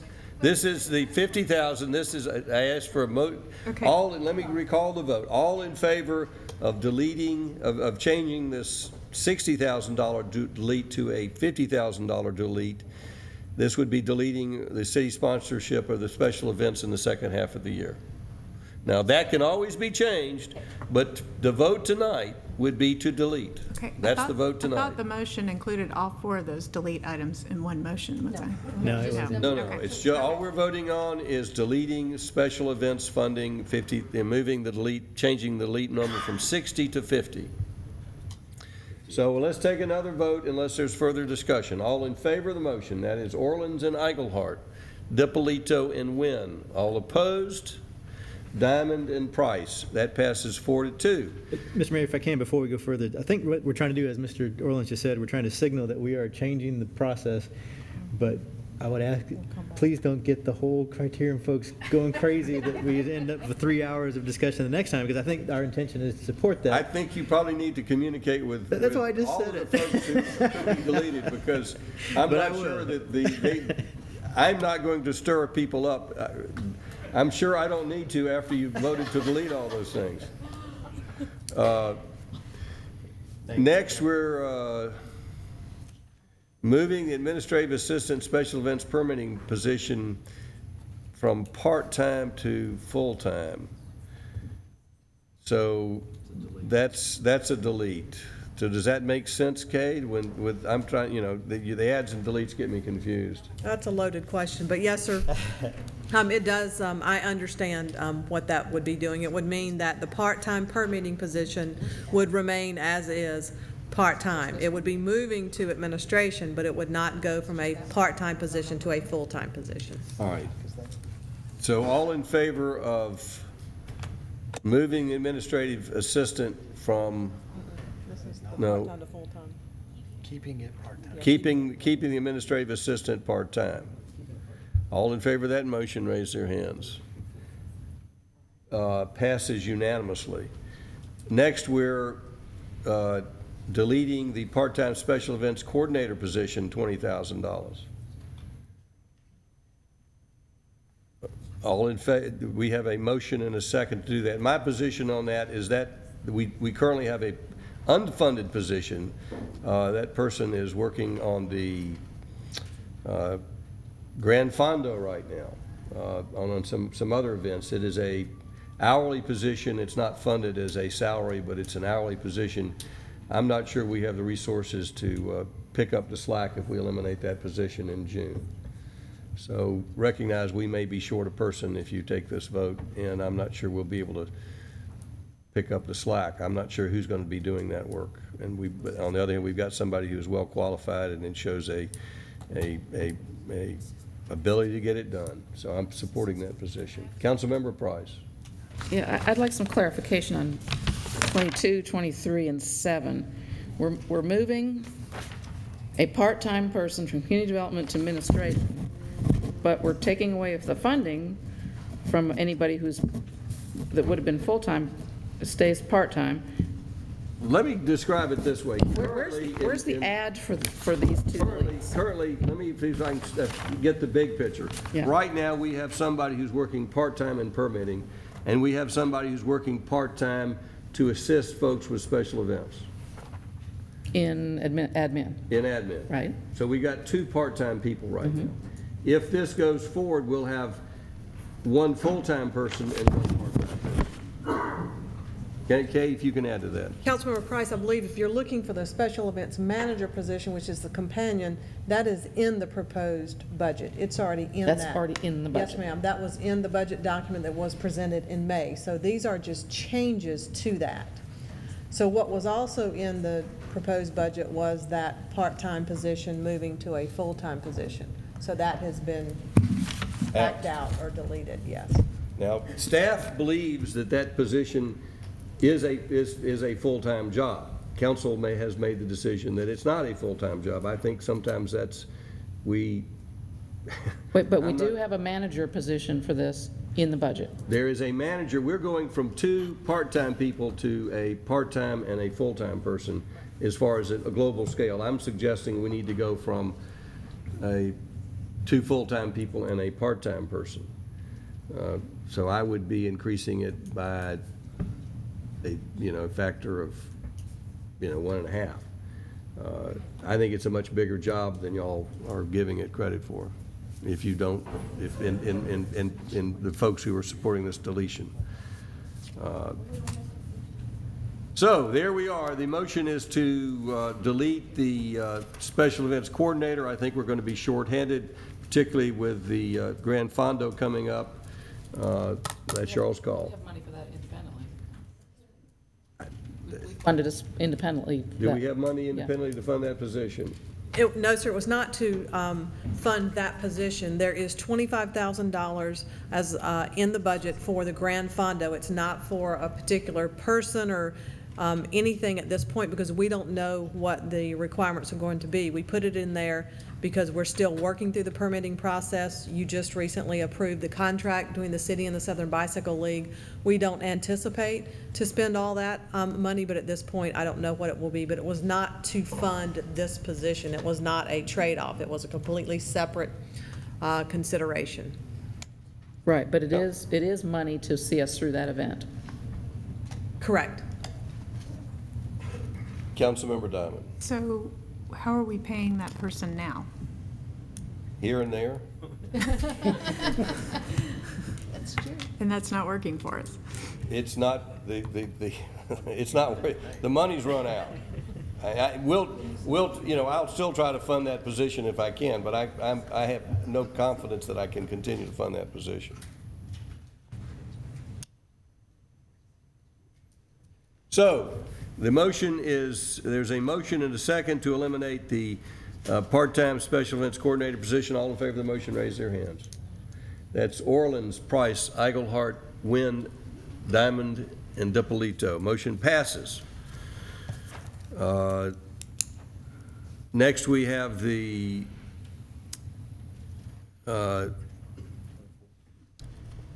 motion, municipal complex officer position to City Hall, $70,000. That was for security at City Hall, which was prompted by the House Bill, whatever, 60, which means that if you have a concealed carry permit, you could come to this meeting tonight if you wished, and we would not be in a position to exclude those people. We have a very orderly crowd tonight, and they're very well behaved.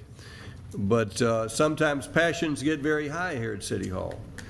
I think that if you look at what happened just north of us in Cumming, where you would have had a real crisis if you didn't have security at City Hall, that fellow could have come into this council chambers and opened fire.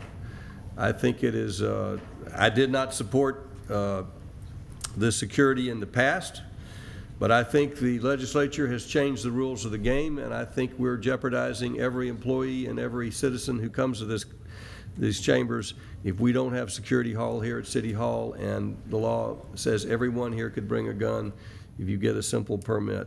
I don't support, I support the right to carry weapons, but I don't support the right to carry weapons at City Hall, and I believe we need this security, and I strongly recommend we leave that $70,000 in the budget. Any further discussion? Yes, Councilmember Diamond. How does that differ? I mean, we already have security here. What's the justification for a second one? We have security, but we don't have a single point of entry. We don't have the ability to be at all entrances at one time. This actually moves us back to single point of entrance on the ground floor or some other place where there would be screening for persons coming in City Hall, not just through our courts. Mr. Davidson, let me ask the question this way. It was my understanding that if we did not add this position, it'd be difficult for us to exclude people with a carry permit coming in City Hall. If you do not have screening in place, then you cannot exclude them from coming in City Hall. There is some debate over whether this building is a courthouse. By definition, under the state law, we have a court and we have court offices, therefore we are a courthouse. Guns are excluded from a courthouse. As far as city buildings themselves, though, somebody could come in, and if we do not have screening, they could come in with a gun and we could not prohibit them from coming in. So the question of where we're courthouse is unresolved. Correct. Given the litigious nature of the GeorgiaCarry.org and their supporters, I would expect that if we tried to exclude people on the grounds of the courthouse, do you expect that would be challenged in court? Absolutely. The city of Norcross is trying it right now, and I'm sure they'll be challenged soon. Better have them challenged than us challenged. If they're successful, I would consider going back without security, but given the nature of the world today and the violence we see to our north and all around us, I'm a strong supporter of this 70. I hate to say it, but I am. I hate to see this day arrive at the city of Roswell, but it's here.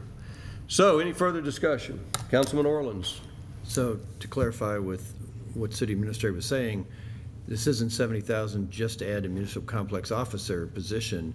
It also creates a single point of entry and security as far as a detector and so forth, metal detector. Is that correct?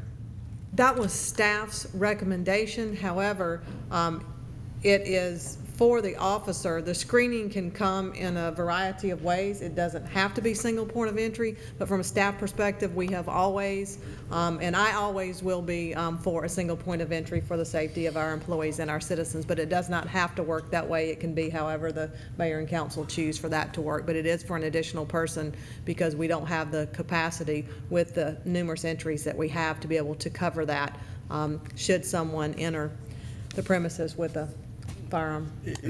Councilwoman, my point is that we just went through that discussion a year ago or so, a year and a half ago. So this is more than, I think it needs a lot more discussion than just putting this in here now and throwing it into the budget. I think it needs a lot more discussion as to the nature of the security, but I think the need for the security is obvious and apparent. And it's prompted by a law change, and to say that, and we can debate the nature of the security further, but we're going to need to put money in the budget for this position without, and I think this is if anything, at the low end of the money we need to put into the budget. And if we don't put this money in the budget, we're not going to have security at City Hall. Well, no, we're not going to be in a position we have security at City Hall. We have security people at City Hall. Not the security which will, as I understand it from Mr. Davidson and from staff, we have security at City Hall, but it will not qualify as the security which allows us to prohibit people with a carry license, a concealed weapon license to come to City Hall. And we didn't do that before the state passed the law. I mean, technically nothing has changed from our procedures and what we have done, even though the state passed different laws about it. Nothing's changed with our procedures, but the state law has changed, so following when that bill becomes effective, it's our council's opinion, and my concern is that if you want to come to City Hall with a gun and hide it, you can, and not everybody who has a license to carry guns is sane. Yes, Councilmember Wynn. Thank you, Mr. Mayor. We have Chuck now, who's our security, but he's not in this building every minute because he patrols Smith House, he patrols outside, he goes over the Cultural Arts Center.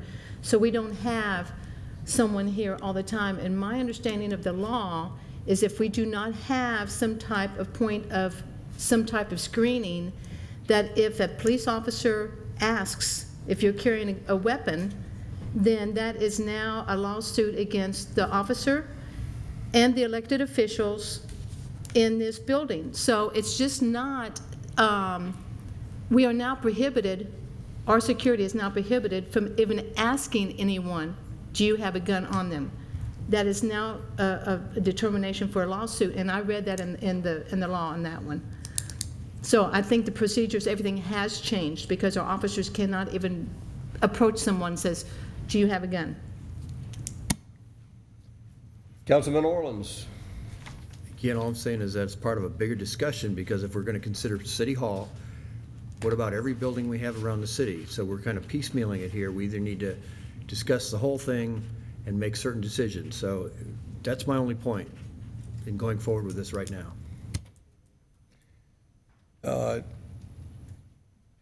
We may need to extend the security beyond City Hall, but I think our first response and the largest target here is this council. So I think it needs to begin at City Hall. If there's anybody who upsets the public, it's not our fine police officers and our upstanding firemen and our hardworking community development department, but is our sometimes controversial and outspoken council. Councilmember Diamond. So this is, yeah, it would never be the mayor. Is this is a set aside for that position, but we would have that discussion before we went ahead with it? Yes, okay. Any further discussion before we take a vote? All in favor of the motion to delete the $70,000 some odd for the security at City Hall, raise their hands. That's Councilman Orleans, Eichelhart, and Price, and DiPolito. All opposed? Diamond and Wynn passes 4-2. And the last one is non-controversial. That's to delete the IT backup funding solution by staff. Staff's recommending that. All in favor of that motion, raise their hands. 80, deleting 80. Passes unanimously. We're going to take a 10-minute break. I apologize for all the folks who are on the zoning calendar, but this is an important decision to vote on this budget. Thank you.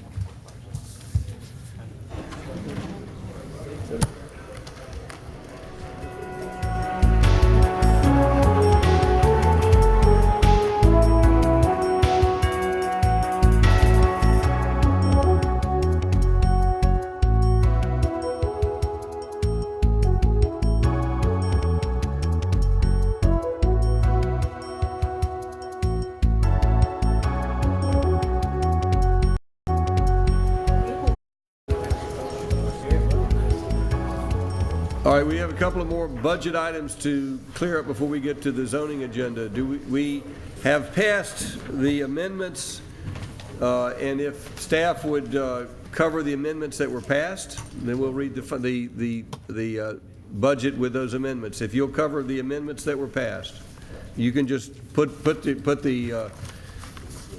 on the screen these items, so to remind council what they passed, and if we can get a total of those.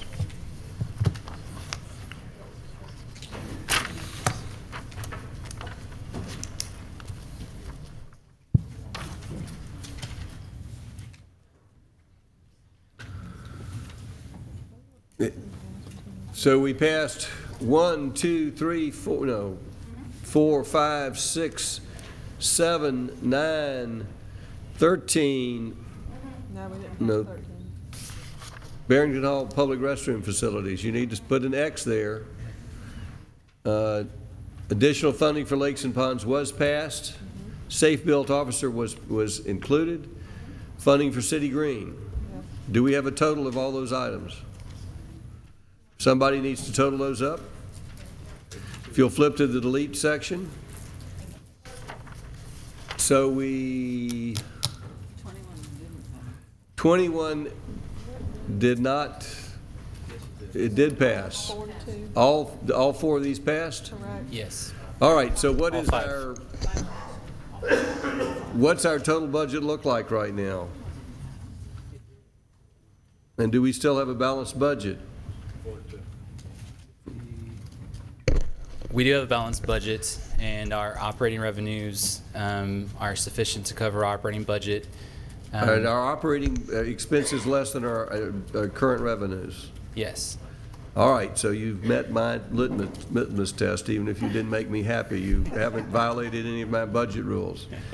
So we have a motion to approve the budget with those amendments. I mean, we're in a position to entertain a motion to approve the budget with those amendments. Councilman Eigelhart, do we have such a motion? Yes, sir. Move to approve the 2015 budget with those passed amendments. Is there a second? Second. Motion by Councilman Eigelhart, second by Councilman Orleans. Any further discussion by council? All in favor of the motion, raise their hands. Passes unanimously. And we should clarify, I suppose, that's the first reading. First reading. It will be read again a second time. Deletions and additions can be made at that point in time without limitation. And the second motion would be approval of the millage rate of 5.455 mils to go along with this budget. If Mr. Davidson would read the ordinance. Thank you. This is an ordinance to adopt the millage rate. Now therefore, the mayor and council of the city of Roswell wish to establish a millage rate of 5.455. The millage rate has a component of 4.464 mils for the general fund, operating and capital improvements budget, and a component of 0.991 mils for servicing bonded indebtedness. The millage rate may require adjustment upon approval of a certified tax digest for the year 2014, and if approved, this will be the first reading. Do we have a motion for approval? Well, we already had a motion. Move for approval. Motion by Eigelhart, second by Councilman Orleans. Any further questions or comments from council before we entertain public comment? Do I have anyone from the public who wishes to comment? Hearing no public comment, public hearing is closed. Any further discussion by council? All in favor of the motion, raise their hands. Passes unanimously.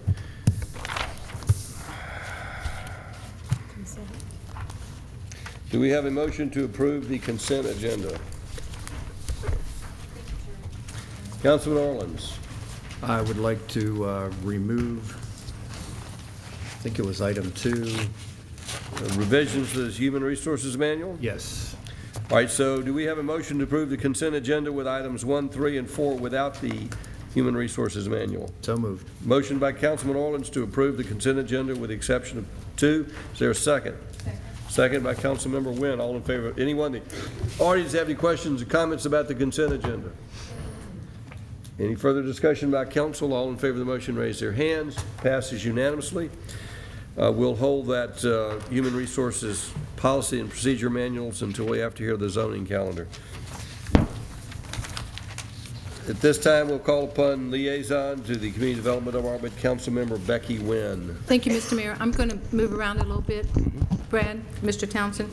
I'm going to go to item number 8, PV 201401064-205 West Crossville Road, the Providence Group. Mr. Rollator, the attorney for this group, has asked for a deferral until July 14. Mr. Townsend. That is correct. We received a letter today from the applicant requesting a deferral to the July 14th Mayor and Council agenda for this item. Do we have a motion for deferral? Motion to defer until July 14. Is there a second? Is anyone here who came to speak out on this issue? Yes. There is a motion to defer. If that motion passes, this will come back for a public hearing. You'll have an opportunity to be heard at that time. But if you can't make it then, or you'd like to comment tonight, we'll hear from you. Does anyone wish to comment on this zoning tonight? Yes, sir. Come forward. I would like to, Mayor, if I could, please. Yes, sir. Come forward. Give us your name and address, please.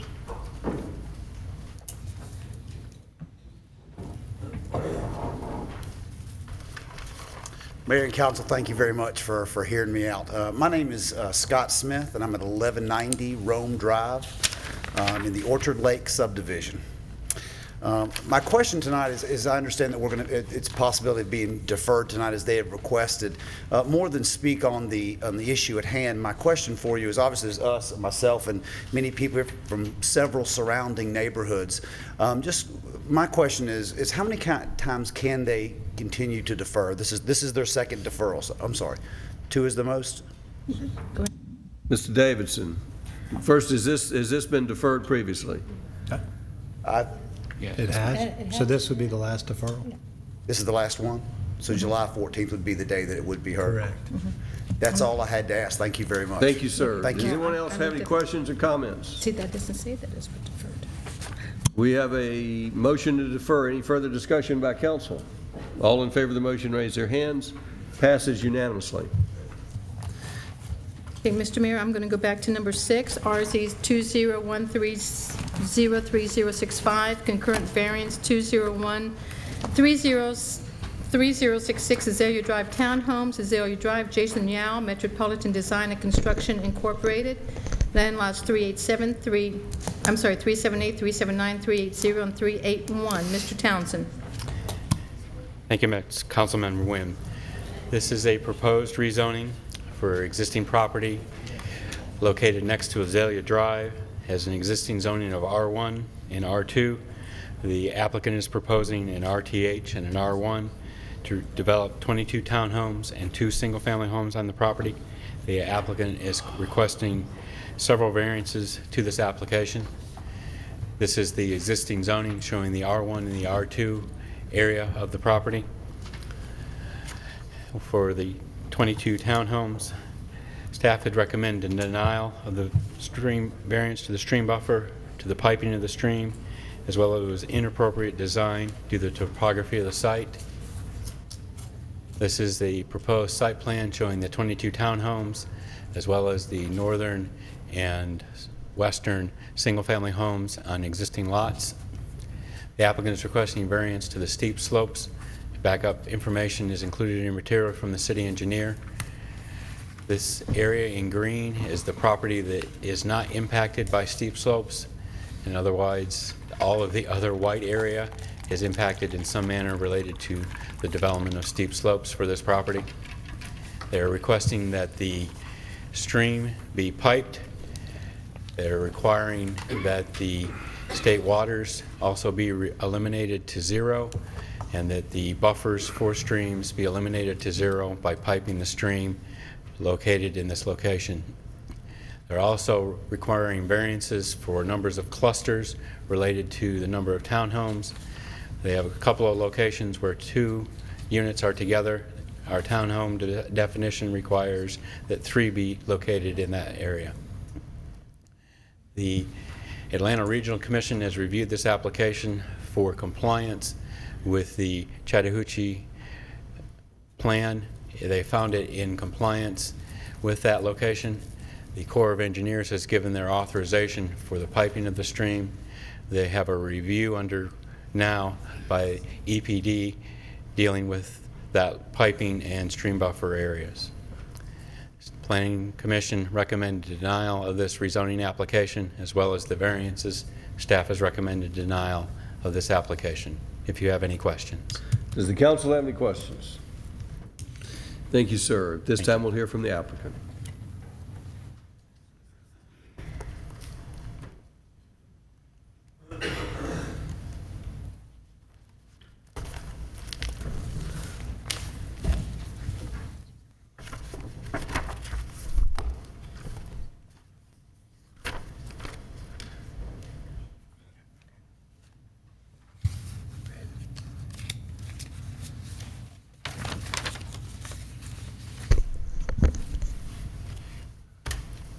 Hi, my name is Jason Yowell, and what we're seeking to do here is we're not looking for an increase in the allowable density. The land north of Azalea Drive, because we also have a parcel that actually fronts on the river.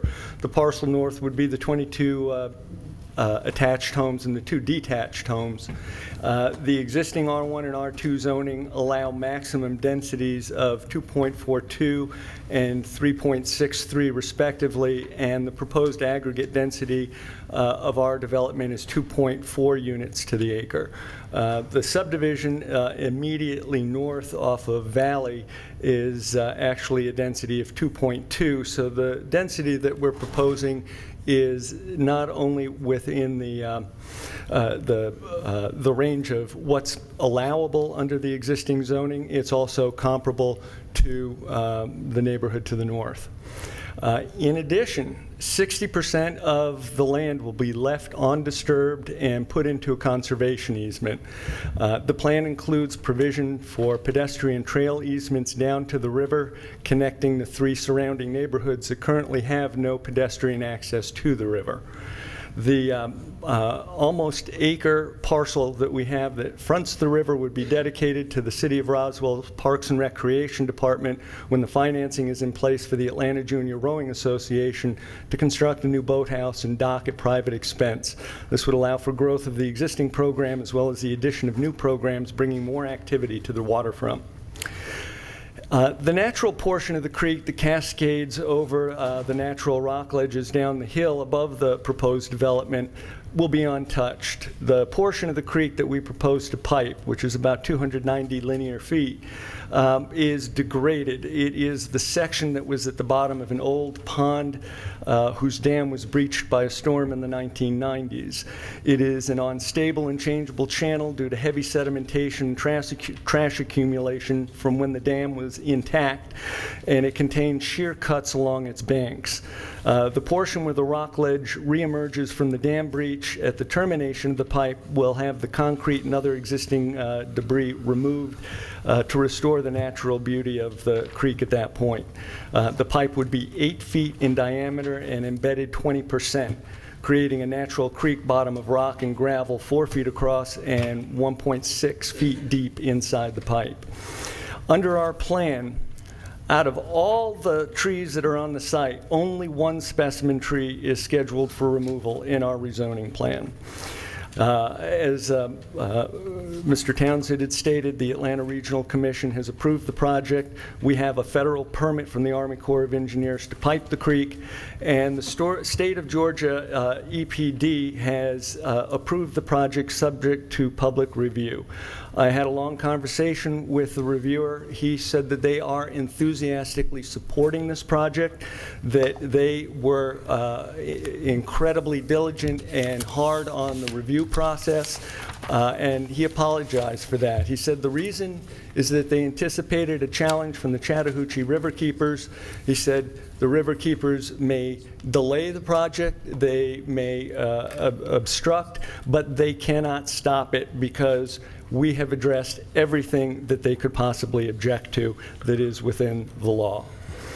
The property currently consists of 8 platted lots, including the river parcel. These lots predate significant city ordinances that would not govern the lots in the absence of rezoning or replatting. The steep slopes ordinance, stormwater ordinance, and the 75-foot City of Roswell stream buffer, and possibly the tree ordinance, would not apply to these existing lots. If the rezoning is not approved, these estate lots could each accommodate swimming pools, and some would have room for tennis courts, as the clearing allowed by ARC would shift from the old silted pond bed to the wooded slopes above. The river parcel would become a private gated park, and no pedestrian access to the river from the 3 adjoining neighborhoods would be possible. The number of specimen trees removed would greatly exceed the single specimen tree taken in our development plan, and the watershed of the creek would be much more heavily impacted. As some of you may know, my son loves to be on the water, and when he's not kayaking, he is a rower with the AJRA, and that's why we thought that creating an opportunity for the AJRA to expand their program on the river parcel and continue it as parkland would be just a great concept. But if it's not possible to get the rezoning, it doesn't mean that development won't happen. 7 estate lots will be built on the hillside, and we'll reserve the acre parcel for a private park for the benefit of those units, and we will find other ways to monetize that parcel because we really have no choice. If you like, I can show you some pictures that will give you an idea of what the alternatives are. And this at the bottom here, this is where Azalea runs. This lot in particular sits on a nearly sheer cliff. We would have a big retaining wall to support the driveway. A house up here would have absolutely astounding views of the river, and you know, each of these lots would have absolutely incredible views of both the creek and the river. No platting is required, no land disturbance permit is required. It's not subject to the steep slopes ordinance, it's not subject to the water quality ordinance, it's not subject to the 75-foot Roswell Creek buffer ordinance. There are no pedestrian trails. The river parcel would be fenced and gated private park, and trees would be harvested per the tree ordinance exemption for harvesting of trees.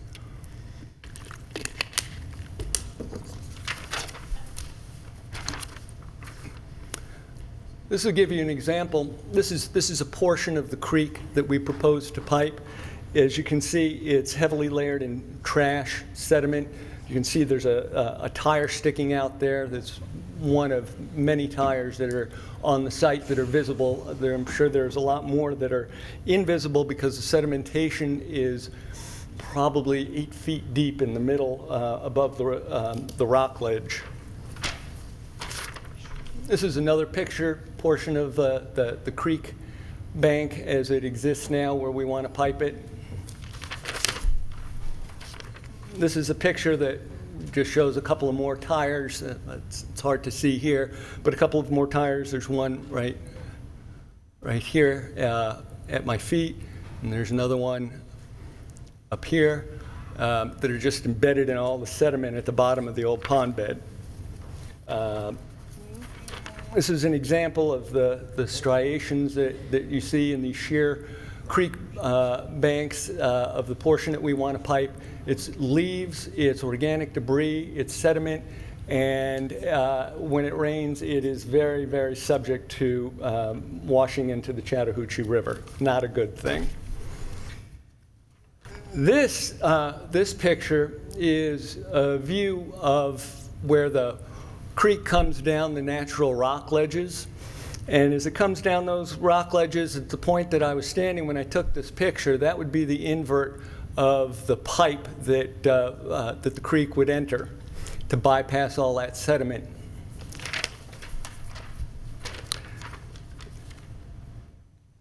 The last picture, this is taken from the exact same place, but in 180 degrees in the opposite direction.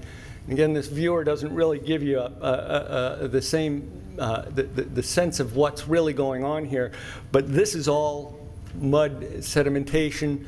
The difference between what we want to pipe, and this is a mud hole, compared to what we want to preserve, I think is pretty dramatic and undeniable. The outfall of the pipe would occur at the old dam breach. And you can see here where the rock ledge reemerges from the sediment. These pieces, these light pieces here, are large slabs of concrete that were used to construct the old dam. It was poorly built, it was not engineered, and it appears that they used elements of the old Chattahoochee Street that used to exist there. The outfall of our pipe would occur where these concrete slabs now exist. It would be dressed, and it would be absolutely beautiful the way it would cascade out and back onto the rock ledge. In between the point of discharge, which is what you just saw, and Azalea Drive, there are numerous chunks of construction debris that again washed out when the dam breached. And I think that what we're proposing here is unprecedented in its generosity to the community. I don't think you've ever had a development come before you that offered to take 60% of the land and put it into a perpetual conservation easement, and in addition offer an acre on the river to become not just public use, but a very dynamic public use in the form of the new club for the AJRA. And the trails that connect the three existing neighborhoods from above.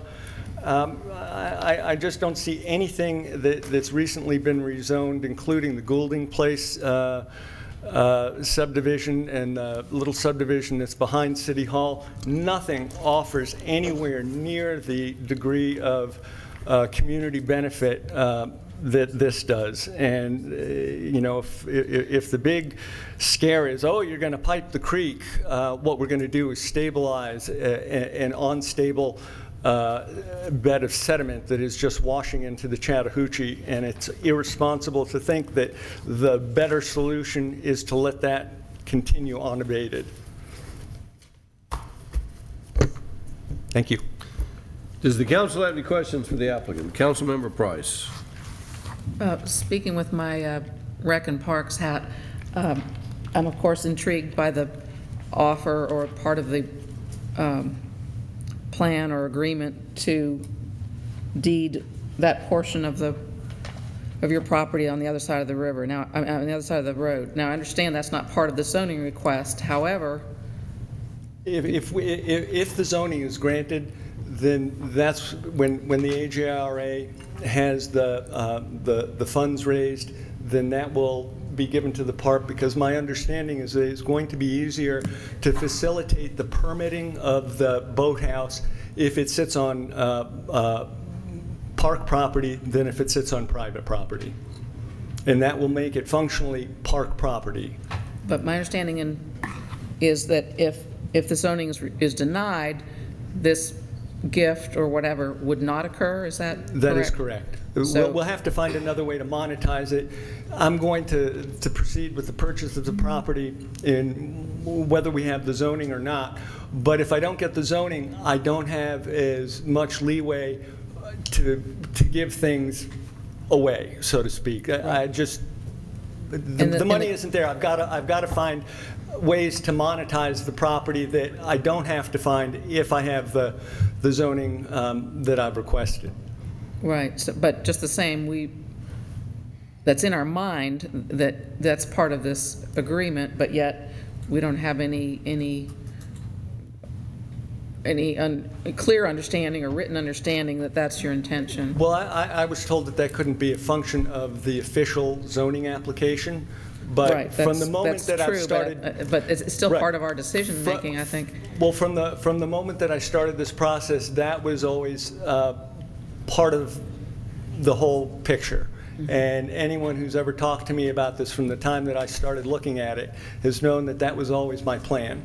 And if that's something that we need to specify as a condition of zoning, then that's what we need to do. But that's a whole different set of details to be worked out. But I'm happy to have that as a condition of zoning. And are you prepared, though, to gift that to the city unconditionally? No. And the conditions you would put on that gift would be? The conditions are that the AJRA wants to do it. Sorry, to AJRA? The AJRA, the Atlanta Junior Rowing Association. Okay, and they AJRA. raised the money to get it done, and that we don't have a whole lot of unnecessary difficulty in the land disturbance permit process.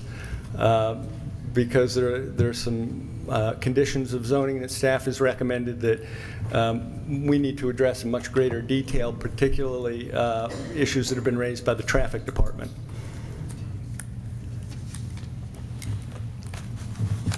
Speaking of which, yes, I also had a question. The old Chattahoochee Street, is that still a public street or not? It has not been abandoned, so it is still a mapped street.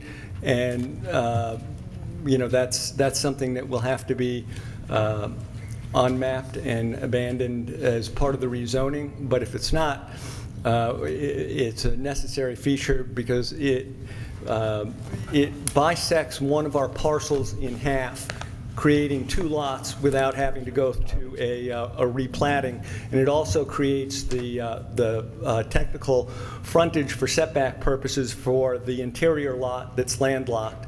The interior lot that's landlocked would be, in fact, accessed through valley across the lot above it with an access easement. And what's outstanding that we still have yet to hear from is the State Department of? The state EPA. And their review process is not complete because the Chattahoochee River Keepers is issuing their comments, and if I understand correctly, when the comments are submitted, the process extends 2 more weeks. We don't have the opportunity for another deferral, and I don't have the ability contractually to withdraw and come back. If we were to withdraw this and come back in September, there's no chance of being in the ground in this year, and it puts the entire project so much at risk market-wise that I'd rather take the existing platted lots and run with them now than risk being pushed any further into the future on this. Thank you. Thank you. Other questions? Councilmember Wynn. Thank you, Mr. Mayor. I would like to have Mr. Davison clarify about that 1 acre and what can and cannot be considered tonight. The 1 acre parcel that Councilmember Price and Mr. Yowell were talking about cannot be considered in this. That has nothing to do with this application. While it might be your intent to donate that to the city would have to, at a different time, elect to accept that or not. It's not a part of this. It cannot be a condition of zoning on this because it's not part of this, and it would end up looking like contract zoning, and that's not allowed. It's illegal. Okay, well, I understand that. All you can know is what my intention is. Councilmember DiPolito. Thank you, Mr. Mayor. Mr. Yowell, you have retaining walls shown on your sketch, and I was having a hard time reading some of the heights of the walls, and I was trying to get a reference as to the retaining walls relative to Azalea Drive. Right. Well, the plan that you have was a work in progress, and I think at the point that it was submitted, we had contemplated putting basements behind one row of houses, and that was creating some excessively high walls, and that's not something we plan to do. So if you actually look at the first floor elevations on the plan, and you look at the actual elevations of the hillside behind, you'll see that we end up with little or no retaining walls behind those because of the way the grade works, and that's something that will be value engineering in the land disturbance permit process. I don't want more walls or more fill than is absolutely necessary, but that's something that's really more a function of the land disturbance permit process than the zoning process. We do need to follow the topography as we go up the hill. We're working with the topography in every case, and we're not working against it. So where you're really going to have big retaining walls is with the other scenario. To access the one lot is going to be a massive retaining wall to support the driveway that runs parallel to Azalea. The retaining walls that you'll see from the street, there really aren't going to be any visible retaining walls from Azalea because we've got the bioretention areas that are going to be terraced using natural rock material in between those levels, and then we've got the houses stepping down the grade as well to address those bioretention areas to accommodate the change in grade. So from Azalea, you won't see any retaining walls? Because what you'll see is minimal, and it'll be the retaining walls that you do see would be masqueraded.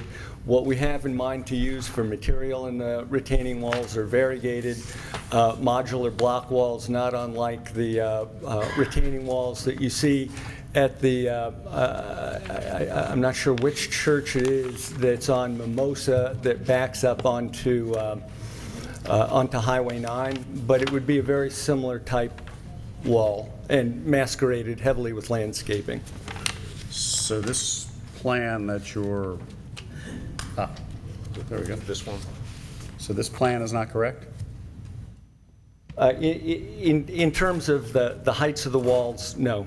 And we didn't want to do any more engineering on that until we get to the land disturbance permit process, because I started getting so much resistance that I really wasn't feeling very optimistic about the approval of this, in spite of the generosity of the benefits to the community.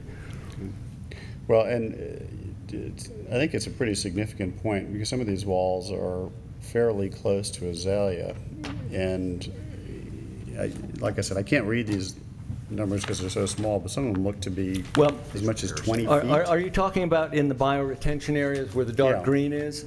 Those are not retaining walls. Those are that's natural rock that's being used to terrace those bioretention areas. Well, my note says proposed, or your note says proposed wall. Yeah, they'd be 4 to 6 feet of natural material. The engineers have put retaining wall just because they have to indicate something. Also, those grades are going to be coming down. We've already talked internally about how to reduce the heights of the walls and how to finesse the grade better so that it blends into the hillside and is as unobtrusive as it could possibly be. Okay. Councilmember Wynn. May I ask a question of Mr. Townsend, Mr. Mayor? Certainly. Okay, Mr. Townsend, the official site plan that you have is the one that's dated May 2nd that's in our packet? Is that the one that we're looking at? Yes. Okay, so if we approve this based on the May 2nd site plan, whatever Mr. Yowell said tonight doesn't really matter because we're voting on the site plan that's in our packet with those types of retaining walls and everything else that's to this site plan. It doesn't matter what's being said tonight, it's what we're voting for in our packet. Am I correct? Have you seen the new revised site plan that Mr. Yowell is talking about? No, I haven't. So you have not seen it, and so you and your staff has not had any opportunity to look at that site plan to see if there's any other type of variances or anything else that could be to that site plan? That's correct. So we are voting on the May 2nd. Plan that you have this evening. Thank you. May I address that? Yes, you may address that. What's typical in rezonings is what you're approving is conceptually a site plan in 2 dimensions. We've done more engineering on this than really any rezoning ever does. And what you see conceptually from above is what we'll deliver in reality, but we're not going to have the crazy walls that were part of this because this was a moment in time in the course of the design process. We've gone through many iterations of this plan as it's evolved in response to staff comments, design review board, and the planning commission.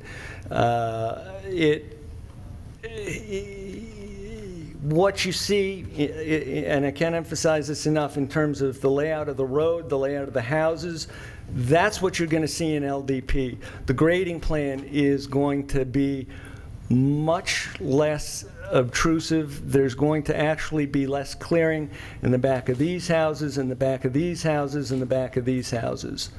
But if you approve the open space, you approve the roads, you approve the house locations, that's what we're going to deliver. And we're not going to deliver something that's going to cost more than it absolutely needs to, which means we're not going to have big retaining walls that aren't necessary. They can be value engineered out, and that's certainly my intention.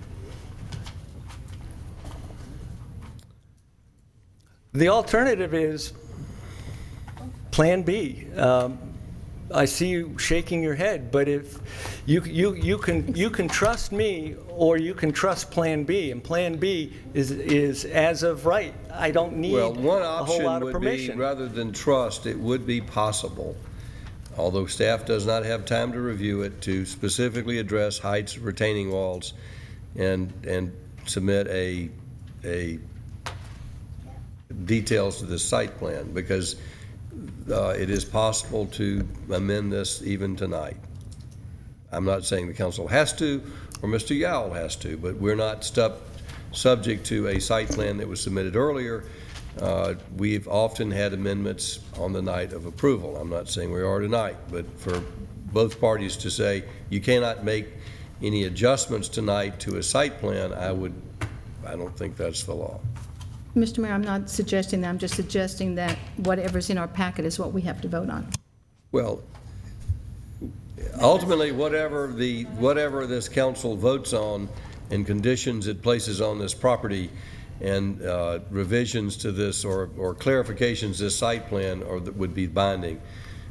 If this site plan was adopted under its old form, you're correct. If this site plan is modified tonight, you could make the change.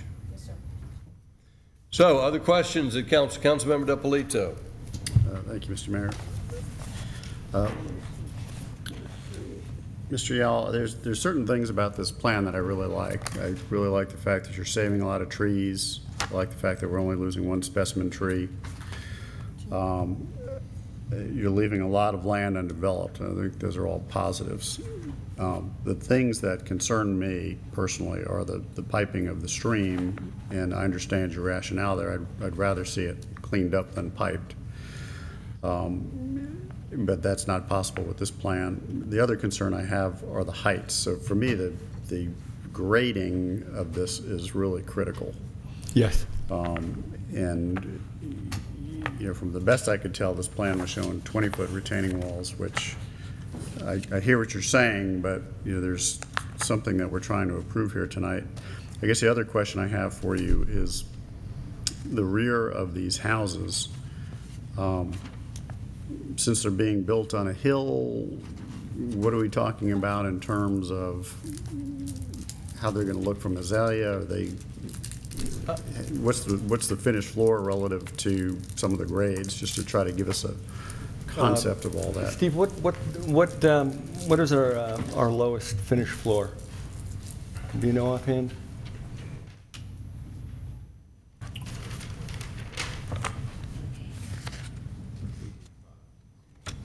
And what is the street elevation?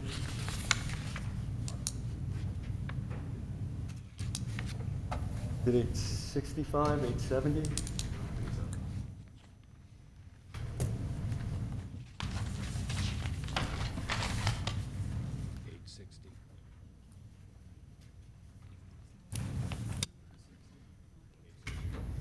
The street elevation is 860. Our lowest first floor elevation is 885, giving us 25 feet above the street.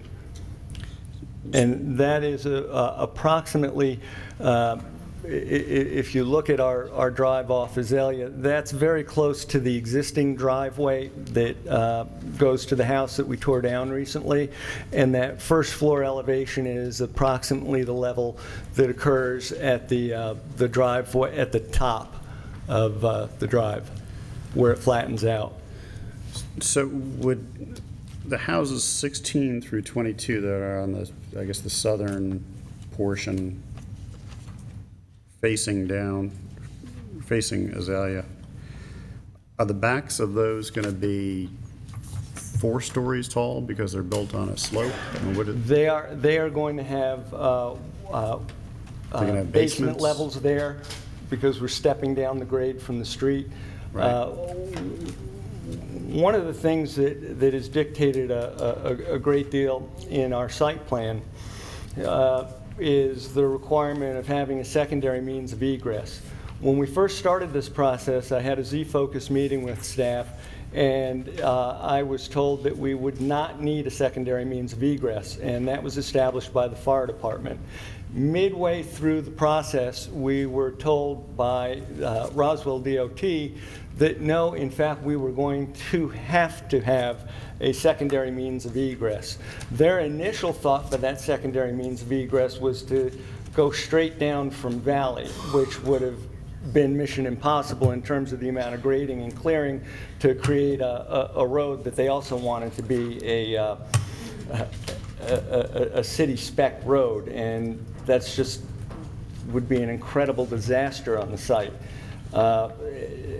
What we agreed to in the meeting was that we would have an emergency egress that would connect with the private drive in Connemara that would not be to city spec, but we were told we still had to keep the grade close to city spec. And what that did is it picked up everything else to make that transition at the end having the same grade. And this is, again, what I'm getting at with the grading needs to be adjusted. That emergency access needs to be at a much steeper grade, and the grade that I would recommend is one that the city of Roswell has already established as being acceptable over at the old mill running down to the machine shop. If we can do that, everything lowers. Our grade becomes much more gradual. We're much less obtrusive on the site, but we've got to be able to take that emergency access leg and make it a steeper grade. It just can't be a city spec grade for a street. So I guess the answer is it's still undetermined based on? Well, everything can come down, but it's going to depend on what we can get worked out with the traffic department. And that the traffic department really governed a lot of changes that you know, that are creating some of the objections that you're raising. Okay. Actually, I have a couple technical questions for staff, if I may. Mr. Yowell was showing a plat with 5 lots on it. Is that the way that's the way the 7? I thought I saw 7. 7? 7. Okay. So that's the way the property is The 8th lot currently. is the river lot. That's the way the property is currently subdivided. The current configuration of lots has 7 lots and then an 8th one on the other side of Azalea, correct? Okay. And the city owns the right-of-way currently, so we would have to approve an abandonment of the right-of-way? The Mr. abandonment, Davidson, do you have any opinion on that, if you haven't looked at that? This right-of-way has been abandoned longer than I've been in Roswell, which makes it 65 years at least. Well, it shows up on some maps and on others it doesn't, so that's why I was I think there's asking the there's a question. real title question. Since the late 1800s. Okay. I ran the title back and So, familiar with property. So there is no city right-of-way that we're aware of? I think it would be we got bigger issues with the East Alley than we do with this one. Okay. I was just asking the question because, there wasn't a request for us to abandon it, so I was wondering why. I understand. Whether it needs to be abandoned or not is I'm not sure it needs to be abandoned. I think it may be abandoned. I think Harry Geisinger's claim for water on the Tennessee is better than this claim. Okay. My other question, since the lots exist, I know when we have multiple lots and we're building houses on them, if we subdivide, it's considered a subdivision and there has to be common detention. And I know that's been a source of debate as to when it was subdivided, when that gets triggered. But I guess these have been in for quite some time. So Mr. Yowell is correct, that would not require common detention if he was to build independent? if each of the lots was to be brought in as a single-family home on a single lot of record as it exists today, they would only be required to provide their own detention on that single lot. Yeah, so they'd still require detention, just not it wouldn't be treated as a Not a common, subdivision. right, not a so to common speak. plan, correct. Okay. I have to take issue with that, where when you're in the river corridor, there is no detention required. In fact, it is discouraged. And in fact, the stormwater management provisions wouldn't apply because these are single-family lots that are not part of a subdivision or phased development project that pre-exists or that were platted after 2000. And Mr. Moran, do you that's concur with that? I just want a staff opinion on that. It sounds like you've done your homework, Mr. Yowell, but I want a confirmation from our staff. Because of the location in close proximity to the Chattahoochee, they would have an opportunity to present an engineering opinion that detention would be undesirable.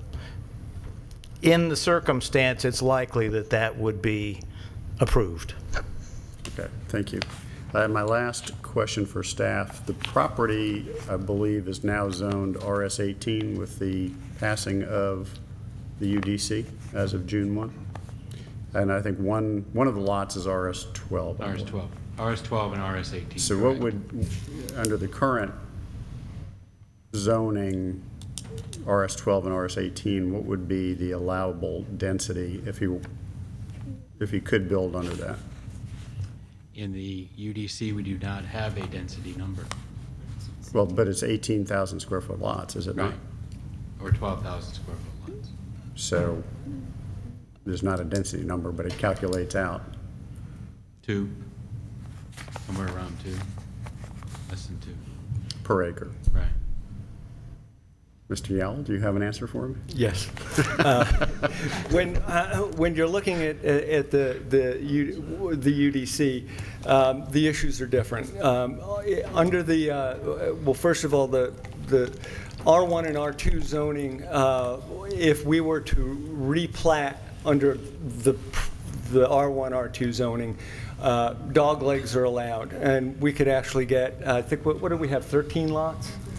But I was told by staff that under UDC, if we were to replat now, we'd be subject to the UDC that went into effect June 1st.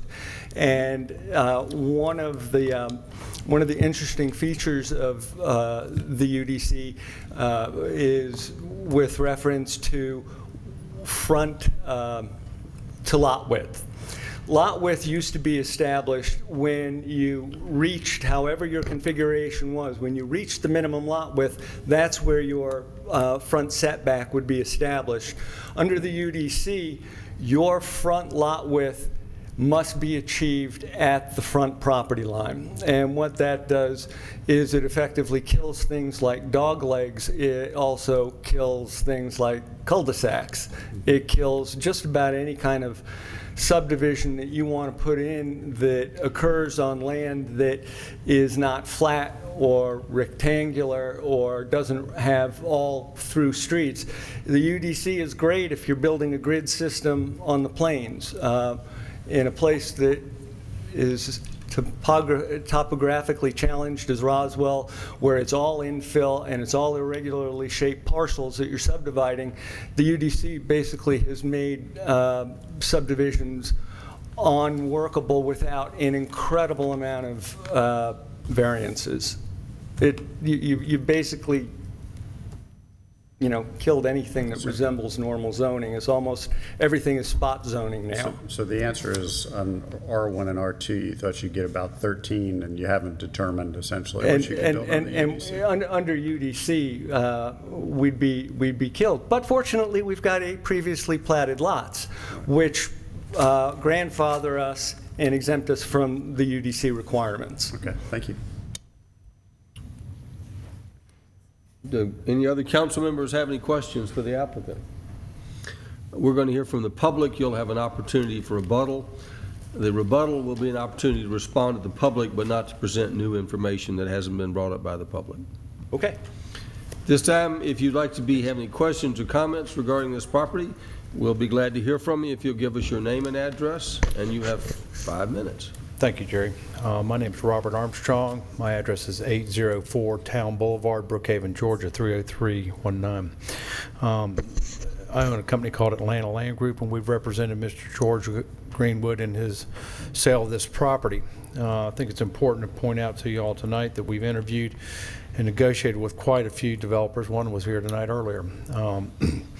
Most of the national and regional developers that we had discussions with were more interested in much more significant densities and disturbance area on the site. Mr. Greenwood elected to contract to sell this property to Mr. Yowell because he represented that his intent was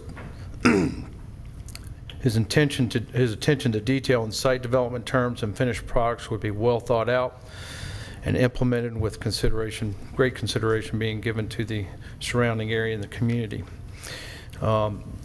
We were disappointed when the staff did not give us a recommendation for approval, when the spirit of the city is to encourage development along the river corridor where it encompasses positive and aesthetically desirable conditions. The Planning Commission recommended denial due to the fact that we did not have all of our permits in hand, the last one being a permit from the EPD, which we understand is forthcoming. At that point, they elected to recommend denial because we did not have all of our approvals in hand. Please keep in mind that the Atlanta Regional Commission application is about a 3 to 4 month experience and an expensive one also, which we did obtain their approval. I think it's also to point out that this project is going to appeal not only to the young but to the empty nester crowd. I think that's important for the city of Roswell, where we have a lot of residential development and a lot of empty nesters that have sat on their homes for the last 4 or 5 years during this downturn.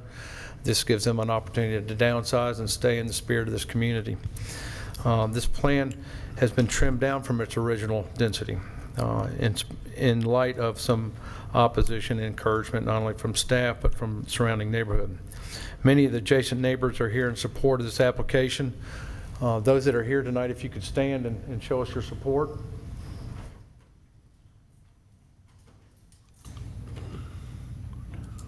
Thank you.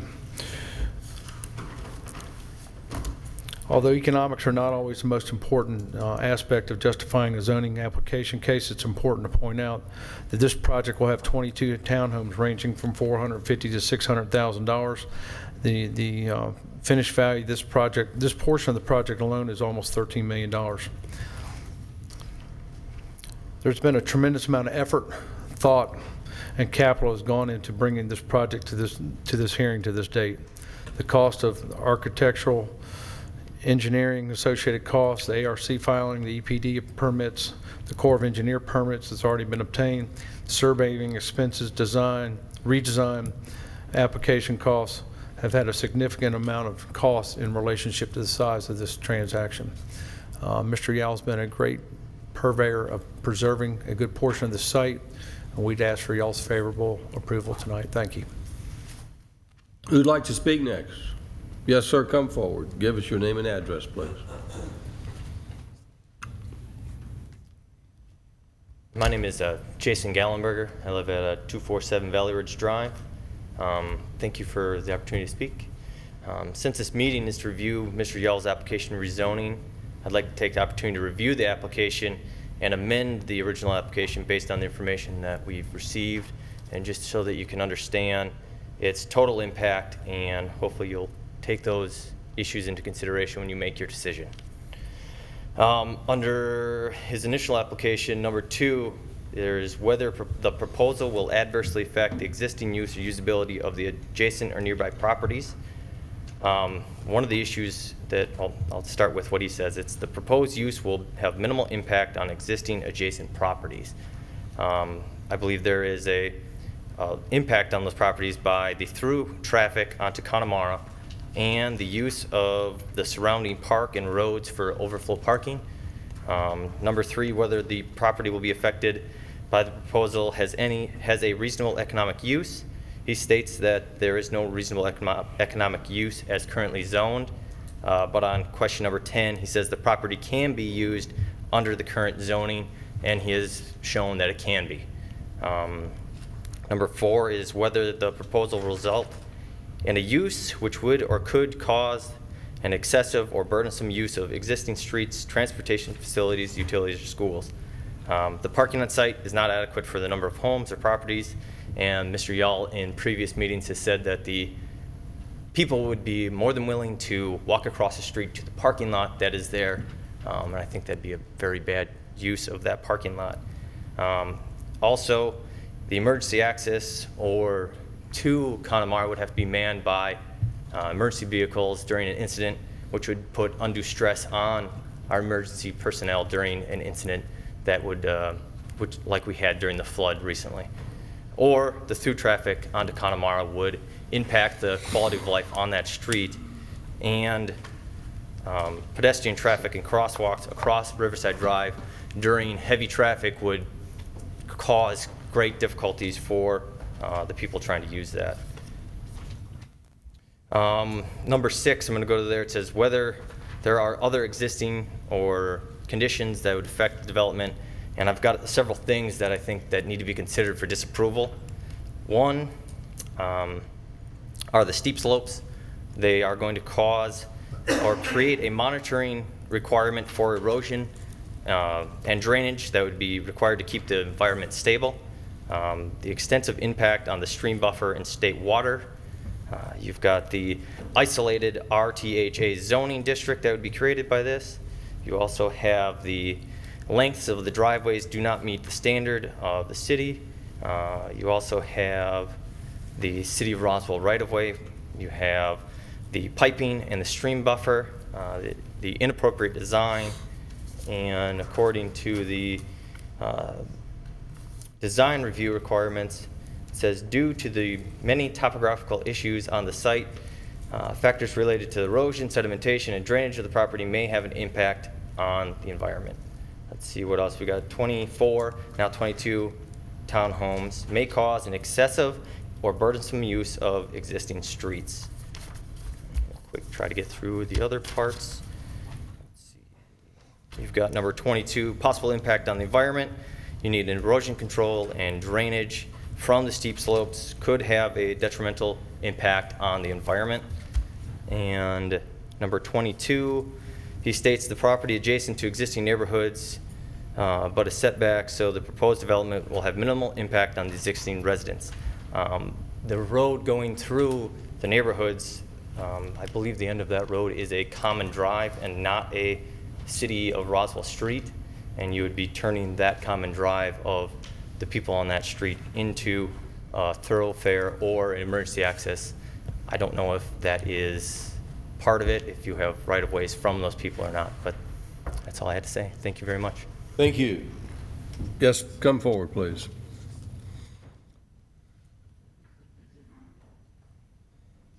Janet Russell, 260 Willow Springs Drive. I want to thank this young man for bringing up the issue of Connemara and the egress.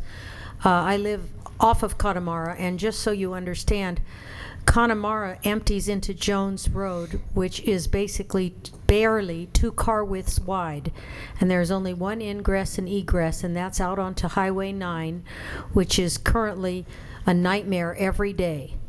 So if people, we fought this many years ago when you wanted to allow a piece of property to be platted from the river, and people from Cobb County would then use the street as a shortcut because they could save 30 seconds. And they wouldn't care about the neighborhood. This won't affect me because my street is off of Jones. But for the people that live on Connemara, they're going to be really surprised when people start saying, oh, we can just shoot right through this neighborhood and cut down to the river, or we can cut from the river right up to Highway 9. So if you know where the Land of 1,000 Hills Coffee House is, and the Baptist Church, right on 9, that is where Connemara, these cars from Connemara will dump into Jones Drive, where there are also 2 Habitat for Humanity houses. It's an old neighborhood, as you know. We don't have curbs, we don't have sidewalks. It's an old neighborhood, we like it, but I think if you start allowing ingresses and egresses and emergency roads, you can talk about flooding. We've already dealt with that. I've lived in my house 41 years, seen it all. We've seen what people want to do at the river. They wanted to do stacked apartments where Riverwalk condos are now. We fought that for 10 years. They wanted to cut through our street to go down to the river. We fought that, and we managed to get it built as one home. You know, we can talk about gifting things to cities and all that, but the biggest gift you can give a neighborhood is to let it remain intact. People didn't buy there so they could be the shortcut for the people in Cobb County. I don't personally feel I have any responsibility to make a Cobb County's commute shorter or more pleasant in either direction, and I think you need to take that into consideration. Who'd like to speak next?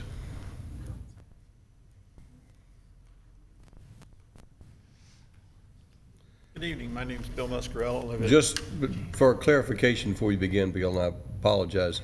This project is being approved for emergency access only, and does that mean it will be gated with a lock for the fire department? That is correct. Yes. So it will be gated with the fire department being the only access and police. So that does not change a lot of other issues, but I don't want people to focus on public access through this street when I don't believe that's an accurate description of the application. I apologize for not letting you proceed, but I didn't want us to stay on a line that is not really the meat of the case. You may proceed. Okay, thank you. My name is Bill Muscarella. I live at 278 Spring Drive. We've owned this house since 1975. It's been an R1 development, I think, since its inception. Here's a little map we've prepared for you that shows Spring Drive and Valley Ridge. And of the 44 properties that are going to be surrounding this development, 39 of the people have signed a petition to deny this variance, and I believe that's been forwarded to you by myself, to each one of you members and the mayor. I sent it to Ms. Hines. Did you receive it? I received it. Yes, sir. Pardon? I received it in my office. I expect the entire council did. Okay, good. I believe, Mayor, you had made a statement once in one of your campaigns that you if you didn't have support of the neighborhood, that you would not rezone property. Is that true?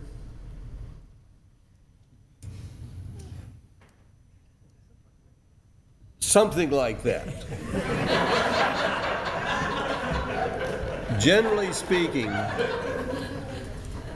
the neighborhood, and I think this council will agree with you, the neighborhood's reception is very important in this council's decision. Well, I would not say that is the only factor to be considered, but I think that's an important factor. okay. Did you also state at one time that you were not interested in piping streams? Yes, sir. Thank you. I appreciate your support in this matter. I'm against piping the stream also. Nature has been handling that stream since I don't know when. And it was doing real well until somebody had the property and put up a dam and then decided to make it a dump.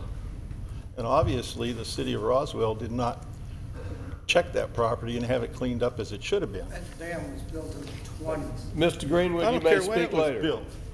It's been here. Gentlemen, been you here long need to be before the addressing 20s. the dais. We're not going to have an argument between two citizens from the floor. Everyone will have an opportunity to speak. You may proceed. That stream's been running for who knows how long, hundreds of years.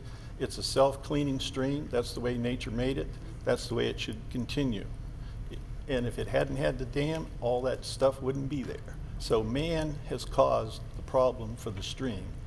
And if they left it alone, it would be just fine, like all the other streams that flow into the Chattahoochee. As far as building this unit goes, if you look at the property that's just been stripped clear of every single tree and blade of grass off of Chattahoochee Road, Chattahoochee Street, that runs up from where this will be, they went in and bulldozed everything. There's not one tree left, not that big around. So how are we going to know that this program that he's proposing is going to have the appropriate type of trees? And when you cut down a tree that's 8 inches in diameter and you replace it with a 2-inch tree, how many years does it take to get back to 8 inches? So I'm definitely opposed to cutting the trees. And he hasn't mentioned what type of trees will be left and which ones he were going to cut. So I wish that you folks would deny this, because the neighborhood doesn't want it and it doesn't need it. There's been no studies on crime, value of the properties to go up or down based on what he's proposing. And it's just not right. If you want to build something, abide by the law the way it's written. Don't ask to have it changed. Thank you. Who'd like to speak next? Councilmember Price has a question. Hey, Bill. Yes. My microphone was off. Looking at this map, Yes. when I look at that and I see the actual adjacent parcels, I mean, Yes. 3 of the adjacent parcels are in agreement. 1, 2, 4 are not, but then there's all these over on Connemara. Were Connemara included in any of these requests for opinion? No. We only went to Hillcrest, from Hillcrest down both roads, because we didn't feel the folks on the other side of Hillcrest on these roads would had an interest. Because I mean, I'm more inclined to put heavier weight on the adjacent properties than somebody down the street who would never even see it. Well, we just didn't canvass that area, man. Right. All right, thank you. But I did notice that he had a few people over here that stood up, and I just wanted to ask any of them if they live on Spring Drive. And does anybody live on Valley Ridge? So, you live on Connemara? They do. Everyone will have an opportunity to speak, but this is not the proper forum to be addressing the audience. You're here to address the council. Okay. Well, I was just trying to find out. He had some people standing I up. understand. The proper, you may address council, you may ask council questions and staff questions. Everyone will have an opportunity to speak. Thank you, sir.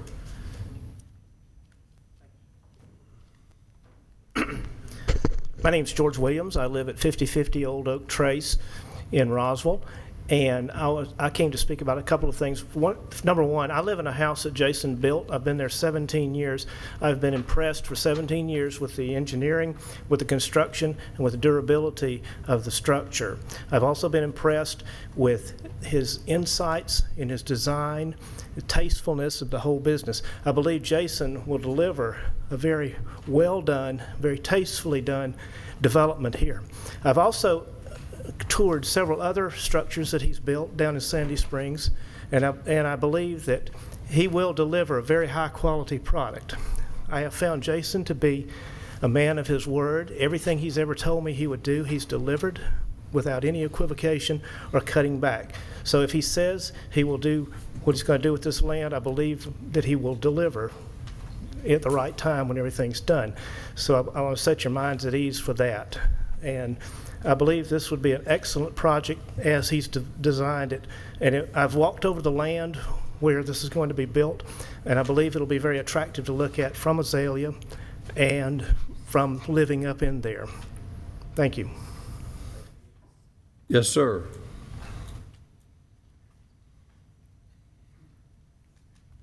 My name is Bob Licata. I live at 150 Spring Drive. I've lived there since 1995. I was sort of open-minded about this whole thing from the get-go until I heard the number of units he planned on putting on this land. I don't know. I was on my bike Saturday riding along Azalea, and I stopped there and looked, and I mean, it's a beautiful piece of property. But I don't know, just looking up there and seeing 20-foot retaining walls and townhomes up there just didn't seem right for the city of Roswell. So I'm here because I'm very concerned. We talked about, I mean, I own and developed 2 buildings up in Johns Creek, and when we went through the process, I mean, we had to show, you know, almost brick to brick what we were going to do, and this seems still a little vague as to what exactly is going to be put on this land. So for that reason, if not anything else, I'm certainly opposed to it, and I hope you are too. Thanks.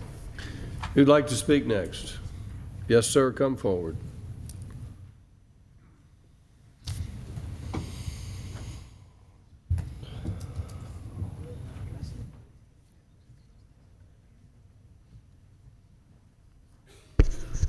Good evening. My name is Steve Jordan. I live at 160 Connemara Road. Councilwoman Price was asking about immediate neighbors. I'm lot number 17, and lot number 16 is part of the project that Mr. Yowell is talking about. So my wife and I are the most immediate neighbors to this. We're strongly in favor of it. We've reviewed the plans. I think it will be an asset to the city.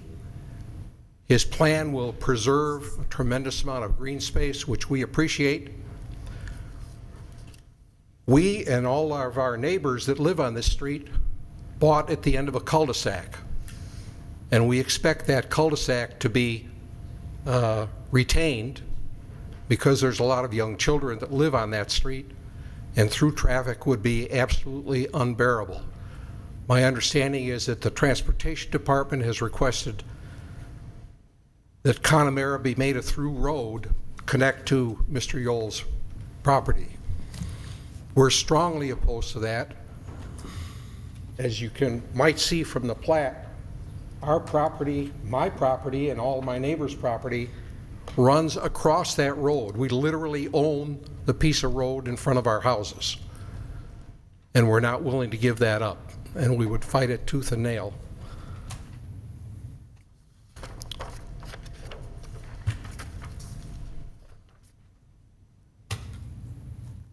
They proposed a very attractive security gate at the end of that cul-de-sac that would be operable by ambulance, fire, police, etc., and would provide a pedestrian gate for those of us that live on Connemara to have walking access down to the river, which we don't have today. So it's all a plus for us, and we think it would be a tremendous addition to the city of Roswell and to our neighborhood. Thank you. Who'd like to speak next?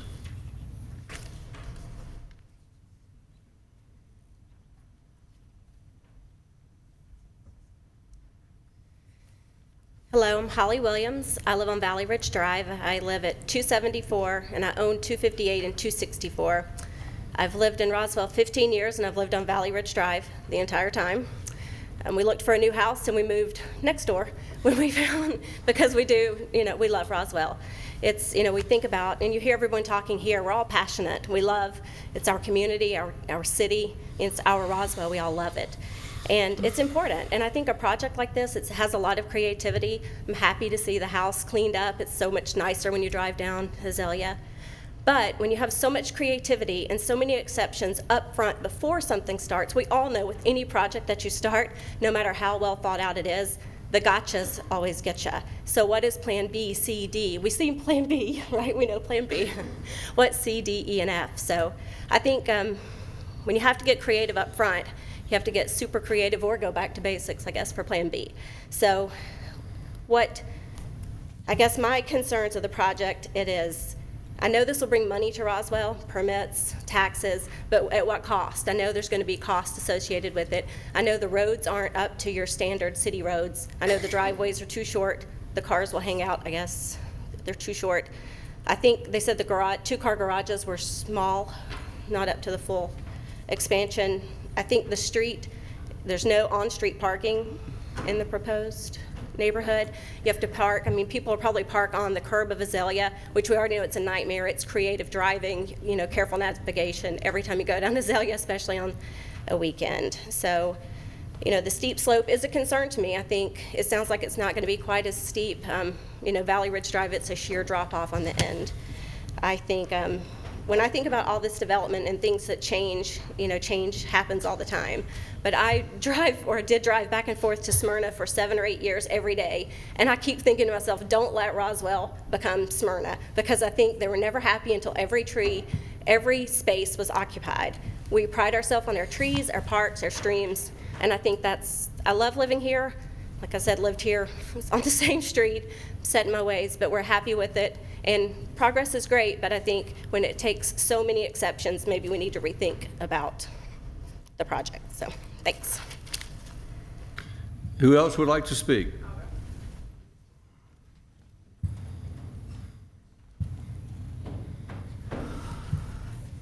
Hi, thank you for listening to me tonight. My name is Jessica Ray. I'm at 243 Valley Ridge Drive, Roswell. I know you guys are all tired, so I'll make this short and sweet.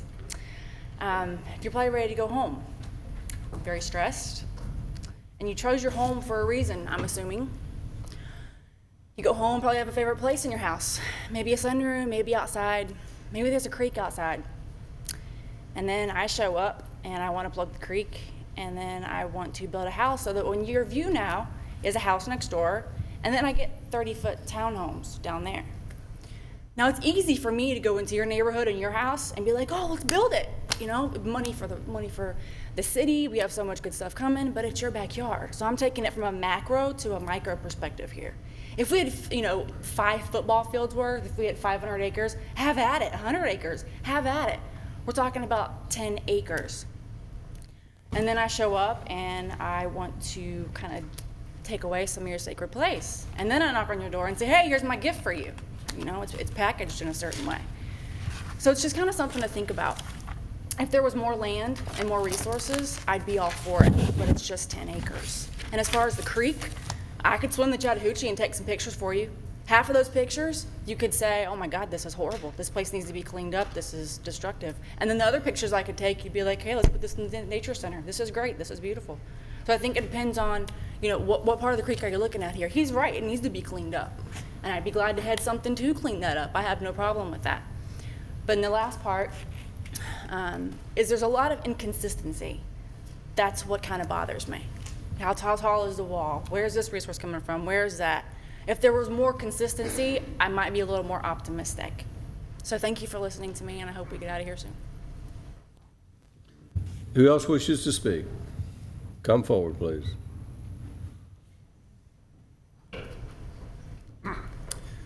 Hello, thank you. My name's Frederick Lyman. I live at 248 Valley Ridge Drive.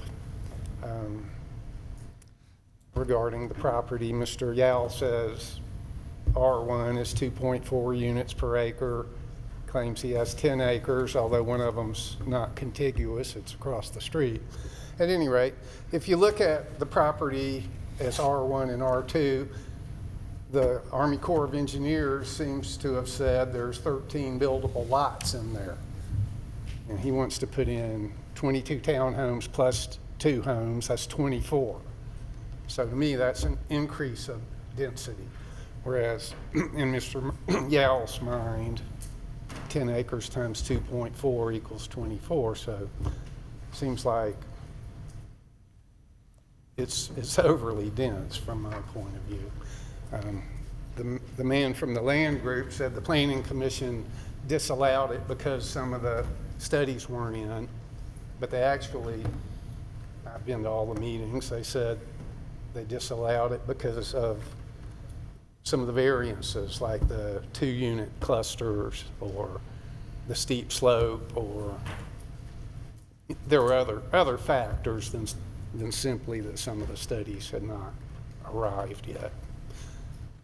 Other than that, I'm sure if it passes, he'll do a fine job. And I have wondered why we haven't seen any elevations of the buildings. Thank you. Thank you, sir. Who else would like to speak? Yes, come forward, please.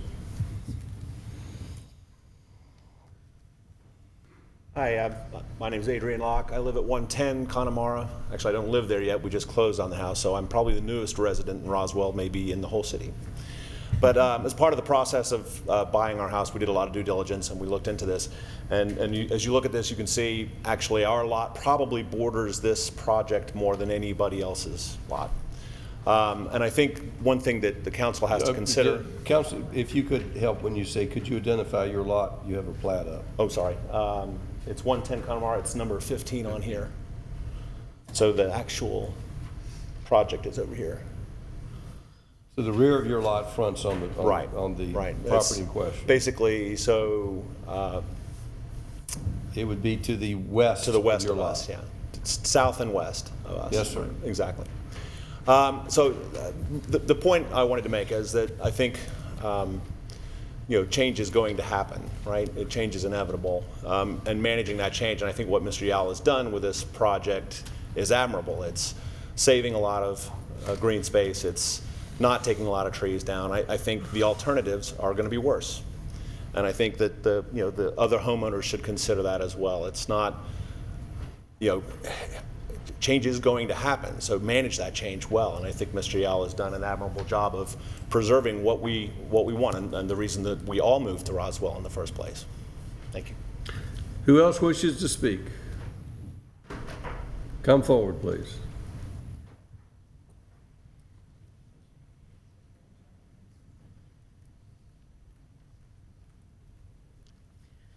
Thank y'all. My name is Denise Forbes, and I live at 253 Valley Ridge Drive. Good evening, Mayor and Council. I live with my husband at 253 Valley Ridge Drive in Cherokee Hill subdivision in Roswell. We'd like to speak out on being opposed to the rezoning request for Azalea Drive for the following reasons. We're extremely concerned about piping and covering the stream which flows through the property. The number 2 point, there are a number of city variances and challenges with this project which compromise the integrity of the city's building standards. Third point, the property's topography is steep, which requires clearing of an area of the property and major earth moving and fill-in work in order to build the high-density proposed development of 22 townhouses on approximately 2.6 acres. The fourth point, the project screams overcapacity for the site, capacity beyond what is normal, allowed, or desirable. According to Roswell historians, the Native Americans who lived in this area near the Chattahoochee River long before we called it ours, they referred to the area as the Enchanted Land, and it is truly enchanted. We enjoy a quiet, peaceful existence with our friends and neighbors on Valley Ridge and Spring Drive and Cherokee Hills. For all of these reasons, we ask that the rezoning remain R1 for the Azalea Drive property. Thank you. Who else wishes to speak?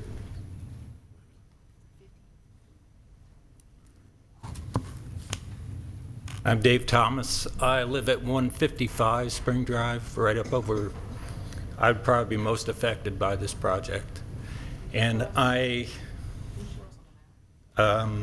Is your property adjacent to the my property? My property is right on top of it. So it touches the property? My property is there. Yes, sir. Thank you for identifying it. Okay, when Mr. Yowell came and introduced the project to me, I saw it as a gift to me. I'm not here to bully anybody. Everybody has their opinion about it. But when I see this plot plan, I see an exceptional amount of green space, a lot of consideration for the neighbors, a good use of the property. Everything is consolidated into the worst parts of the property. It is the low part of the property and the best parts of the property are being preserved in green space, in forested areas. I would have a conservation easement as a buffer. My view would be preserved. I think the community would be served, and I think if my neighbors gave it a chance, they would see that as well. They would have access to the river, walking trails from their neighborhoods to the river. And I think it could be an attractive, I can't say this is the best, I would prefer that nothing was built there, and it stayed green space, but I don't see that as happening. I think it's going to be developed. I prefer to see a well-planned development, and I think this is on track for that. I can't say it's a perfect plan, but I say it's a pretty good plan, and I'd like to see it move forward like the way it is. Mr. Mayor, may I? Councilmember Wynn. Could you show me your you're Mr. Johnson, am I correct? I'm Mr. Thomas. Mr. Thomas, okay. And my property is that property right there. Well, that's interesting because the plat I'm seeing it says it belongs to Jamil Williams. She sold that property to me 2 years ago. Okay, thank you. Thank you, Mr. Thomas. You're welcome. Would anyone else wish to speak? Yes, no twice, only one bite at the apple, gentlemen. No, sir. That's a firm rule that I have, and I appreciate that opportunity. No, sir. No, sir. You have one chance to speak. Now, if you could turn to a neighbor who hasn't spoken and talk to them to ask a question. If they haven't spoken, anyone else wish to speak? Yes, come forward. I'm G.W. Greenwood, and I bought that property 35 years ago. And quite frankly, I plan to build one house on it and die on the property. You're close. But that's right. That's right. But I'm younger than you are. But George has got a lot more miles on me than I do. That's right. That's right. But in any event, 2 ex-wives are preventing that from happening. So I have dealt with a lot of people that came and have looked at the property over the years and wanted to develop it. And Mr. Yowell has put together a program which is going to put into a conservative conservation easement 60% of the land, the most pristine part of the land that exists on the property. It would have been closer to 70 or 75% had the city of Roswell not requested an emergency access to the property. So I think what we're trying to do is the most appropriate use for the property. If you divide it up into single-family homes, there are going to be a multiplicity of driveways. It is indeed going to back up to these houses on Valley Ridge and Spring Drive. And at the present time, the development, they won't be able to see it from Valley Ridge or Spring Drive, except there are, that gentleman that just spoke, his house can see the river over my property when the leaves are off the trees. From that point forward back on Spring Drive, you can't see anything else because I own the lot on Spring Drive, and I know personally that you can't see the river from there. So, you know, it has been passed by the Atlanta Regional Commission. It's been passed by Georgia EPD. The Corps of Engineers, everybody has approved it, and we're waiting for this 15-day period to run with the, what is it, Georgia Environmental Protection Department, or EPD. And I really feel as though this is the best development that's been proposed. There is going to be no through street to Azalea. There's going to be no cut through. That's going to be emergency access only.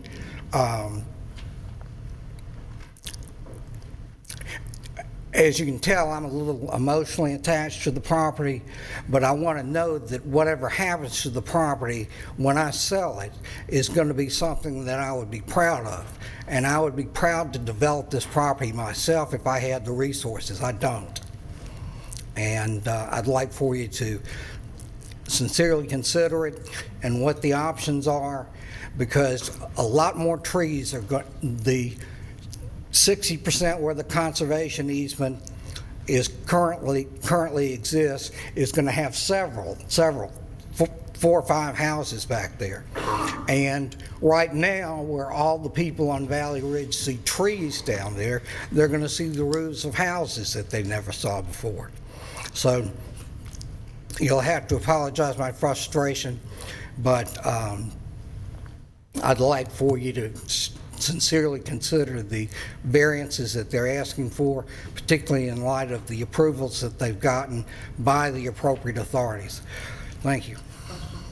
Yes. Councilmember Price. Mr. Greenwood, so you have a contingent sale contract to Mr. Yowell, is that right? I have a contract with Mr. Yowell. Mr. Yowell has agreed to purchase the property whether zoning is approved tonight or not. He is going to build single-family homes on the property if this zoning is not approved. So you have a contract irrespective of this zoning? I have a contract that says specifically that Mr. Yowell is purchasing the property, whether it is zoned or not zoned, or okay, thank you. In any event whatsoever, he's purchasing the property, or he'll be in default of our contract. So your testimony really is your preference of what you'd like to see there? I'd like to see something that I'd be proud of. Yes, ma'am. Thank you. Thank you. Yes, come forward, please.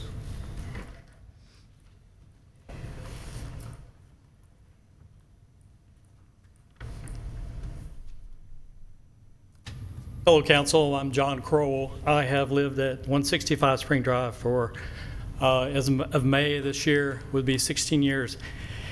David may be right, but ideally, if you were to fan out from my property on Spring Drive straight down, I believe my property is directly above almost 90+% of the townhomes. For the record, could you identify which parcel you own? Yes, 165 is right here. Thank you, sir. Yep. So it's a little over an acre, 1.02. It's a beautiful piece of property. I do have wintertime views of the river. I guess our biggest opportunity is, what do we do with the noise? We talked about how they're going to build the rooftops and stuff like that. Initial thoughts were rooftop patios. What do people have on rooftops? They have parties. They have loud music. They have sound systems, unbelievable. I mean, I have a challenge with my neighbor just across the street having 50 people over at night with a loud bass. So I'm not sure what 22 homes with equivalent sound systems as my neighbor has currently is what that's going to look like for me personally. I would like to go on record as opposing this as it's currently designed. There's been several types of plots coming out. You know, is there 2 homes on this property? Is there 3 homes on this property? You know, is there another home here even though we got the townhomes there? It's really, you know, throw some dice. You get a new plan, a new sets of homes, a new, you know, there's no telling if there's going to be retaining walls here. Is my property going to be secure if they, you know, trench it down 40, 50 feet? It's really a crapshoot for me as to what's going to happen to my property if retaining walls are built and are not sufficient and it slides down. Thank you very much. Thank you. Councilmember Price has a question. What's the distance from your house to the property line, rear property line? I think it's 300 something feet from the street.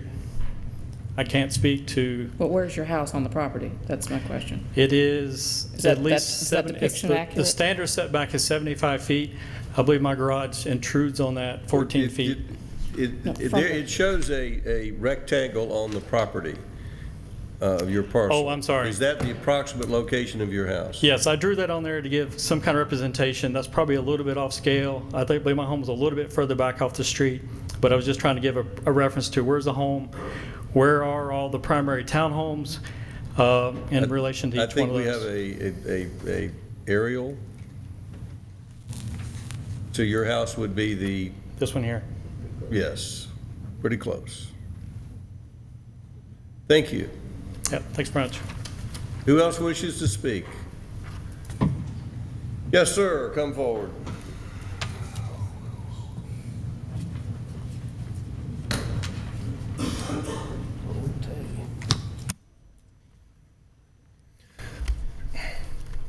I'm John Forbes. I live at 253 Valley Ridge with my wife Denise. We've been there for 10 years.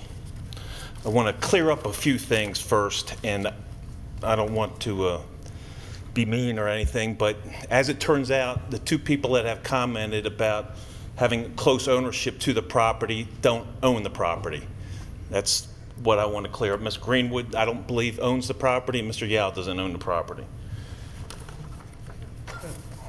I want to clear up the matter about the map.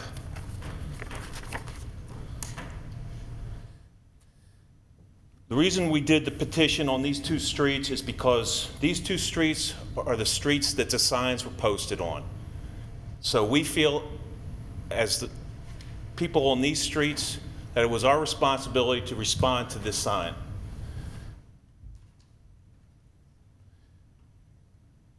It is a residential zoned area, and we would like it to remain a residential zoned area.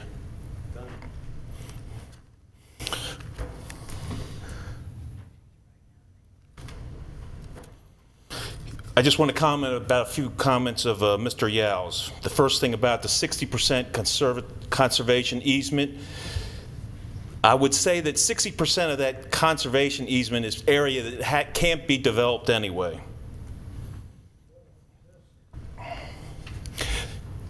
We talk about the 3 government agencies that are involved in this. To my knowledge, none of the agencies have been on the property. The only people that are connected to any of the agencies are the river keepers, and I spoke with them yesterday, and they commented, contrary to what Mr. Yowell says about the sedimentation and the trash, that they feel it is a clean property and probably should remain that way.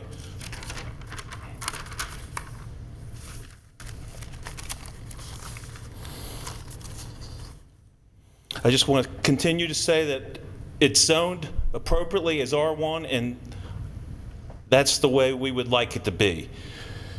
As R1, there's a possibility that 13 houses could be on the property.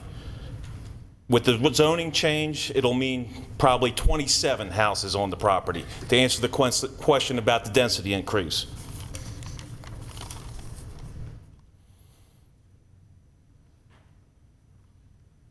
There's a lot of compromises by allowing the variances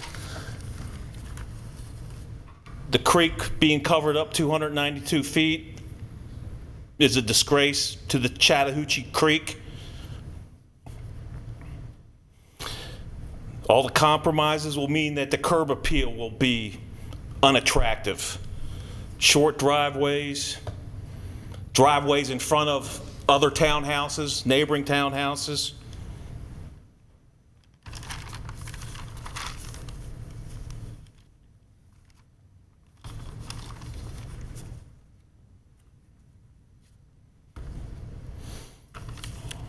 All I want to say is that the majority of the people oppose the development, and it's reflected on this map. Connemara didn't have a sign on their street to respond, and their street does not touch the property that's being developed.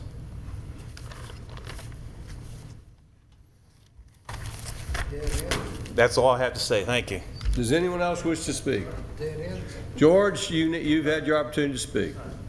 Gentlemen, we're not going to have conversations between parties. Yes, come forward, please.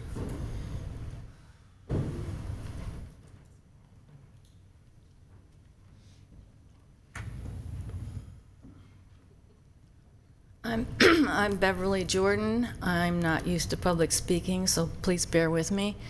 I lived at 160 Connemara, which abuts the property in question.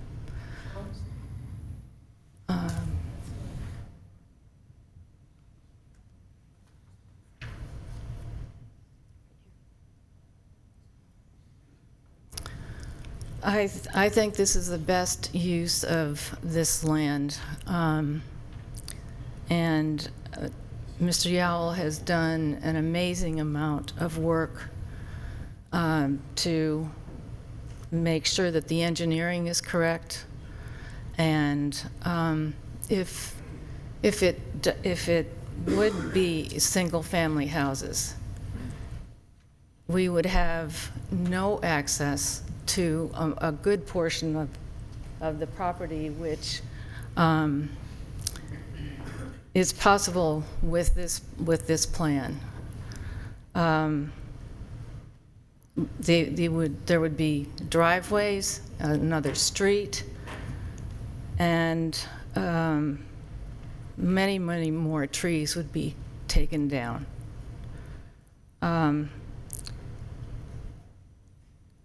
We've watched this property forever. We've been there 27 years. And I'm sad to have anything built there. However, if something will be built, and if it's single-family houses, we will lose the access to that property, which is beautiful, and which is which will still be part of our front yard, actually. And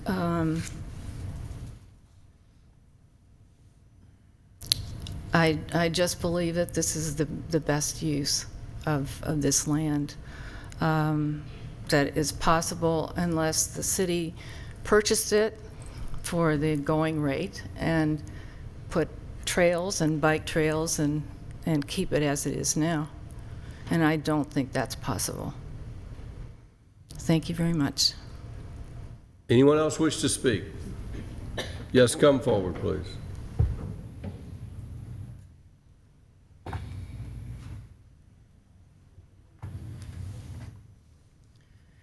Mr. Mayor, City Council, thank you for allowing me to speak. I know it's late. Mr. Yowell showed a picture tonight that I hadn't seen before, but it should have been obvious that these, I beg your pardon, I'm Shaw Lowbury at 140 Connemara Road. I think that's this property here. This is the loveliest part of this property. There are deer and foxes and abundance of wildlife that traverses this heavily wooded stream bed. Mr. Yowell's proposal, although I'm not crazy about 22 townhomes, does seek to preserve the most beautiful and natural part of the property. And were he to not get this variance or the rezoning, He has stated tonight that he's going to proceed and develop these two properties with single-family homes so that the most beautiful part of this property would have homes and driveways right in the midst of it. So I think it's unique that Mr. Yowell has really sought to keep the loveliest part of this property the way God or nature intends it. Thank you. Who else would wish to speak tonight who hasn't had an opportunity? Seeing no hands up, I'm going to close the public hearing and give Mr. Yowell an opportunity for rebuttal. This is an opportunity to respond to points that were raised. Yes, thank you.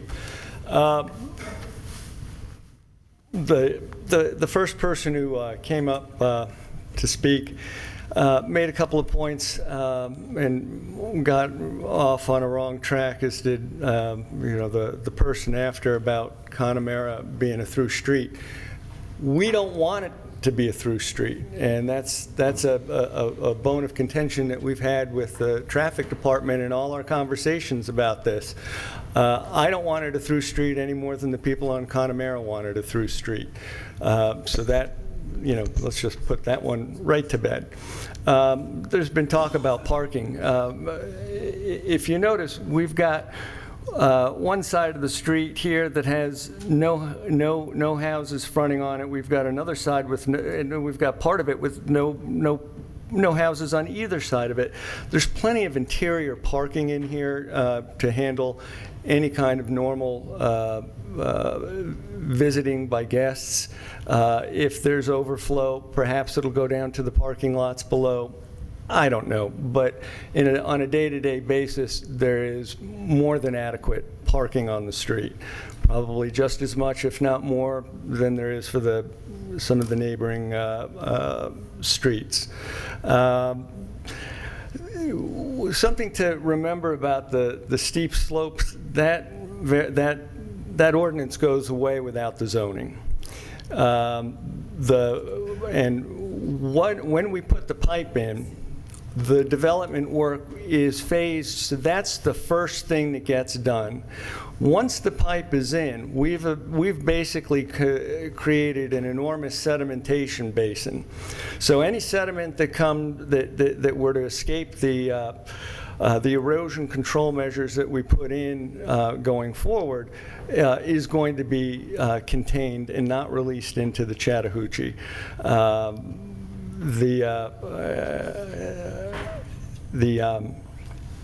Let's see, we go on to that map that they kept showing with all the red. Again, they didn't make a point of indicating that the orange parcels in their sea of red were supporters. The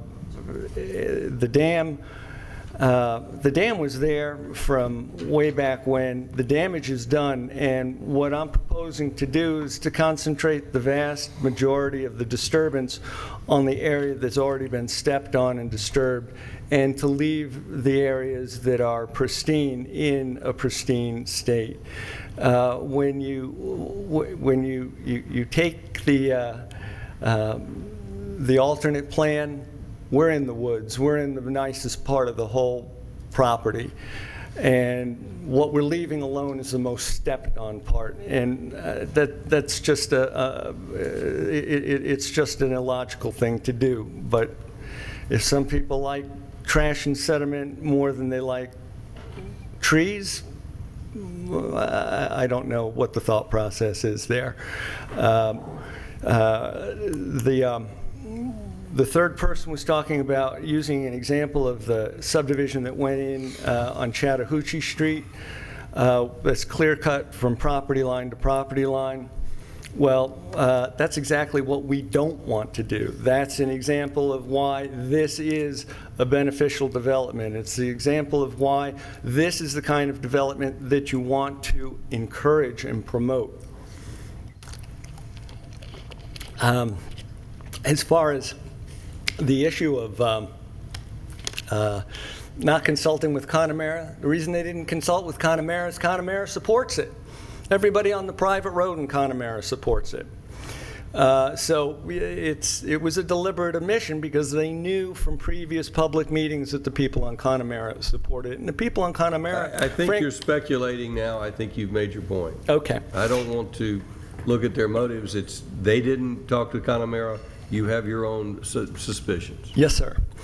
As far as what our effect will be on neighboring property values, I'm sorry, but especially the people on Valley, their property values have nowhere to go but up as a function of this development. This is not going to hurt them. It's going to be a tremendous asset to their property values. If they can't see that, then, well, I can't educate them any more than I've tried to do.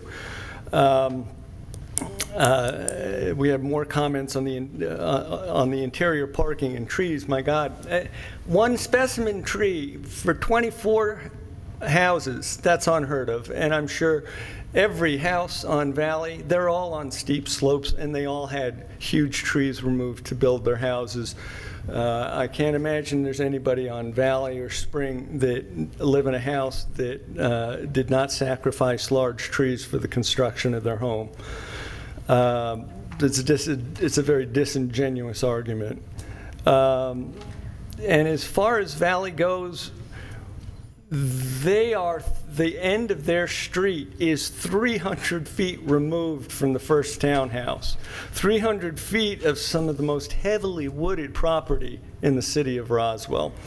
Again, what detrimental effect they think it's going to have, I can't even begin to imagine. It's an argument that has no logical basis. We're also down the hill from them as well as 300 feet away. And when the trees are out, they'll never see the houses. GW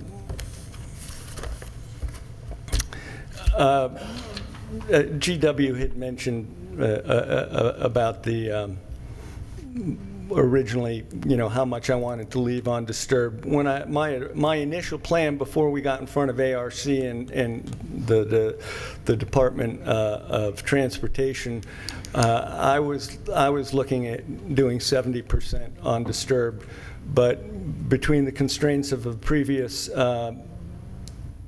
review by ARC and the demands of Roswell DOT for the secondary means of egress cut us down to 60%. I am looking to maintain more green space, I think, than anybody. The one guy who lives on Valley, who is such a particularly vocal opponent, said that he wants to maintain this to be a residential use. And yes, I agree. I want it to maintain a residential use as well. So we're in agreement there. Where we're not in agreement is he made a statement about the agencies like ARC and Georgia EPD and Army Corps of Engineers not having been to the site. Nothing could be further from the truth. Their site inspections have been numerous and intensive. And the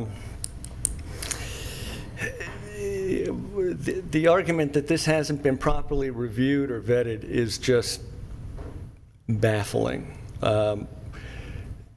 If what you really want to do is save trees, this is the way to do it. If you want to save sediment dumps and lose trees, turn me down. It's a simple choice. This is a very creative solution that maximizes green space and public benefit. It's not a choice of, well, this or nothing. The status quo isn't an option. What you're going to get is development on the platted lots, and it's going to be, while it's going to be less density, it's going to be more destructive in terms of the environment. It's a simple choice: density or green space and public benefit. That's it. Councilmember Price has a question, Mr. Yowell, if you have an opportunity. I'm sorry if I missed it somewhere, but is there an easement for the people on Valley Ridge Drive to the river? Yes. This is a trail easement that follows the topo lines here that comes from Valley. We have another proposed trail that ties into that then come into our main street. And then with Connemara, of course, well, it's self-evident that there's pedestrian access. Anyone who thinks that having direct deeded pedestrian access to the river is a detriment to your property values, I don't know what they're thinking, but they live in fantasy land. Direct access to the river that's deeded and protected is a property value enhancement. That's a fact. That's not an opinion. So currently, if they're walking through there, they're trespassing? That's correct. And if we do single-family homes, they're all going to be fenced and gated, and there's not going to be any more trespassing. That's going to come to a stop. Thank you.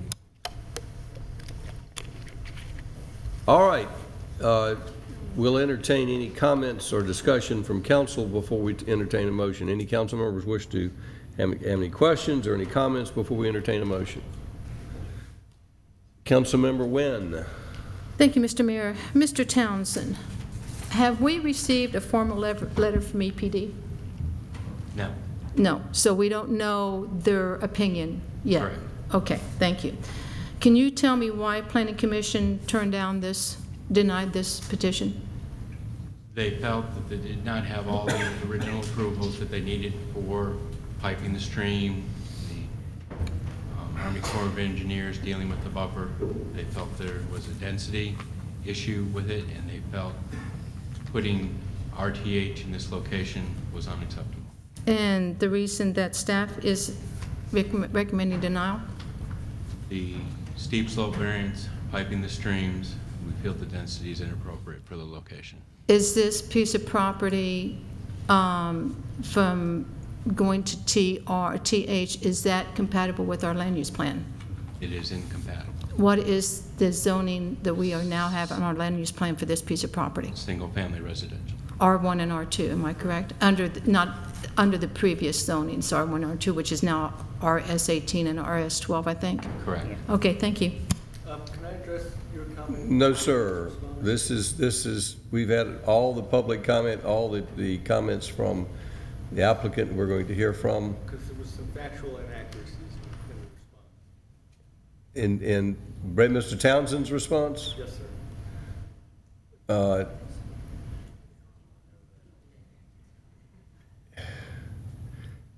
I will ask Mr. Townsend, while we're covering other things, to to ask you about that, and if he feels he's misstated something, I'll have him give me the allowance. So, Mr. Townsend, if you check with him on his comments and let me know if you believe there's anything you'd like to withdraw, then you can. Otherwise, we're not going to recognize him. So I'm asking council any other discussion council would like, their comments council would like to make before we entertain a motion. All right, we'll entertain Councilmember DiPolito. Thank you, Mr. Mayor. As I mentioned before, there's aspects of this that I think are really good, and I think the saving of the trees, particularly the specimen trees, is ideal. But having a lot of green space is fantastic. My concern is how this will look from Azalea, and the grading plan that we've been given, while Mr. Yowell says it may not look this way, is very alarming from Azalea Drive. And I think even with the even if the slopes were tempered somewhat, you'd still have this wall of houses, which is inconsistent with the area. And as Councilmember Nguyen pointed out, it's inconsistent with our comprehensive plan. I also have concerns about the piping of the stream. So there's some things about it I really like. I think Mr. Yowell is a good developer, and I think he's very creative, and he has some great ideas. Unfortunately, I think this is not quite where it needs to be. Councilmember Diamond. I would echo a lot of Councilmember DiPolito's comments. My concern is that we don't have a real clear picture of what we're approving. There's a number of things here that I just don't feel responsible. I don't feel it would be responsible to vote on just hoping that it will work out. We don't do that on any of the others, and I just would have a hard time doing that. But I think the concept is very interesting. I think it brings a lot of creativity, and I admire all the work that's been done on this, and I don't take anything away from the effort. I just think it's not finished. Do we have a motion? Yes, Mr. Mayor, I do. Did you want to check with Mr. Townsend first? I stand by my statements. Okay, thank you. Do we have a motion? Yes, sir. My motion is to deny the application for Azalea Drive and deny all concurrent variances attached to this petition. Motion to deny by Councilmember Nguyen. Is there a second? Second by Councilmember Eichelhardt. Any further discussion? All in favor of the motion, raise their hands. That's unanimous. Motion is denied. We're going to take a 5-minute break. I want to thank everyone who took the time to come here tonight, all those in favor and all those opposed. It was a tough question. A lot of work was done on it. You may come forward and ask that question.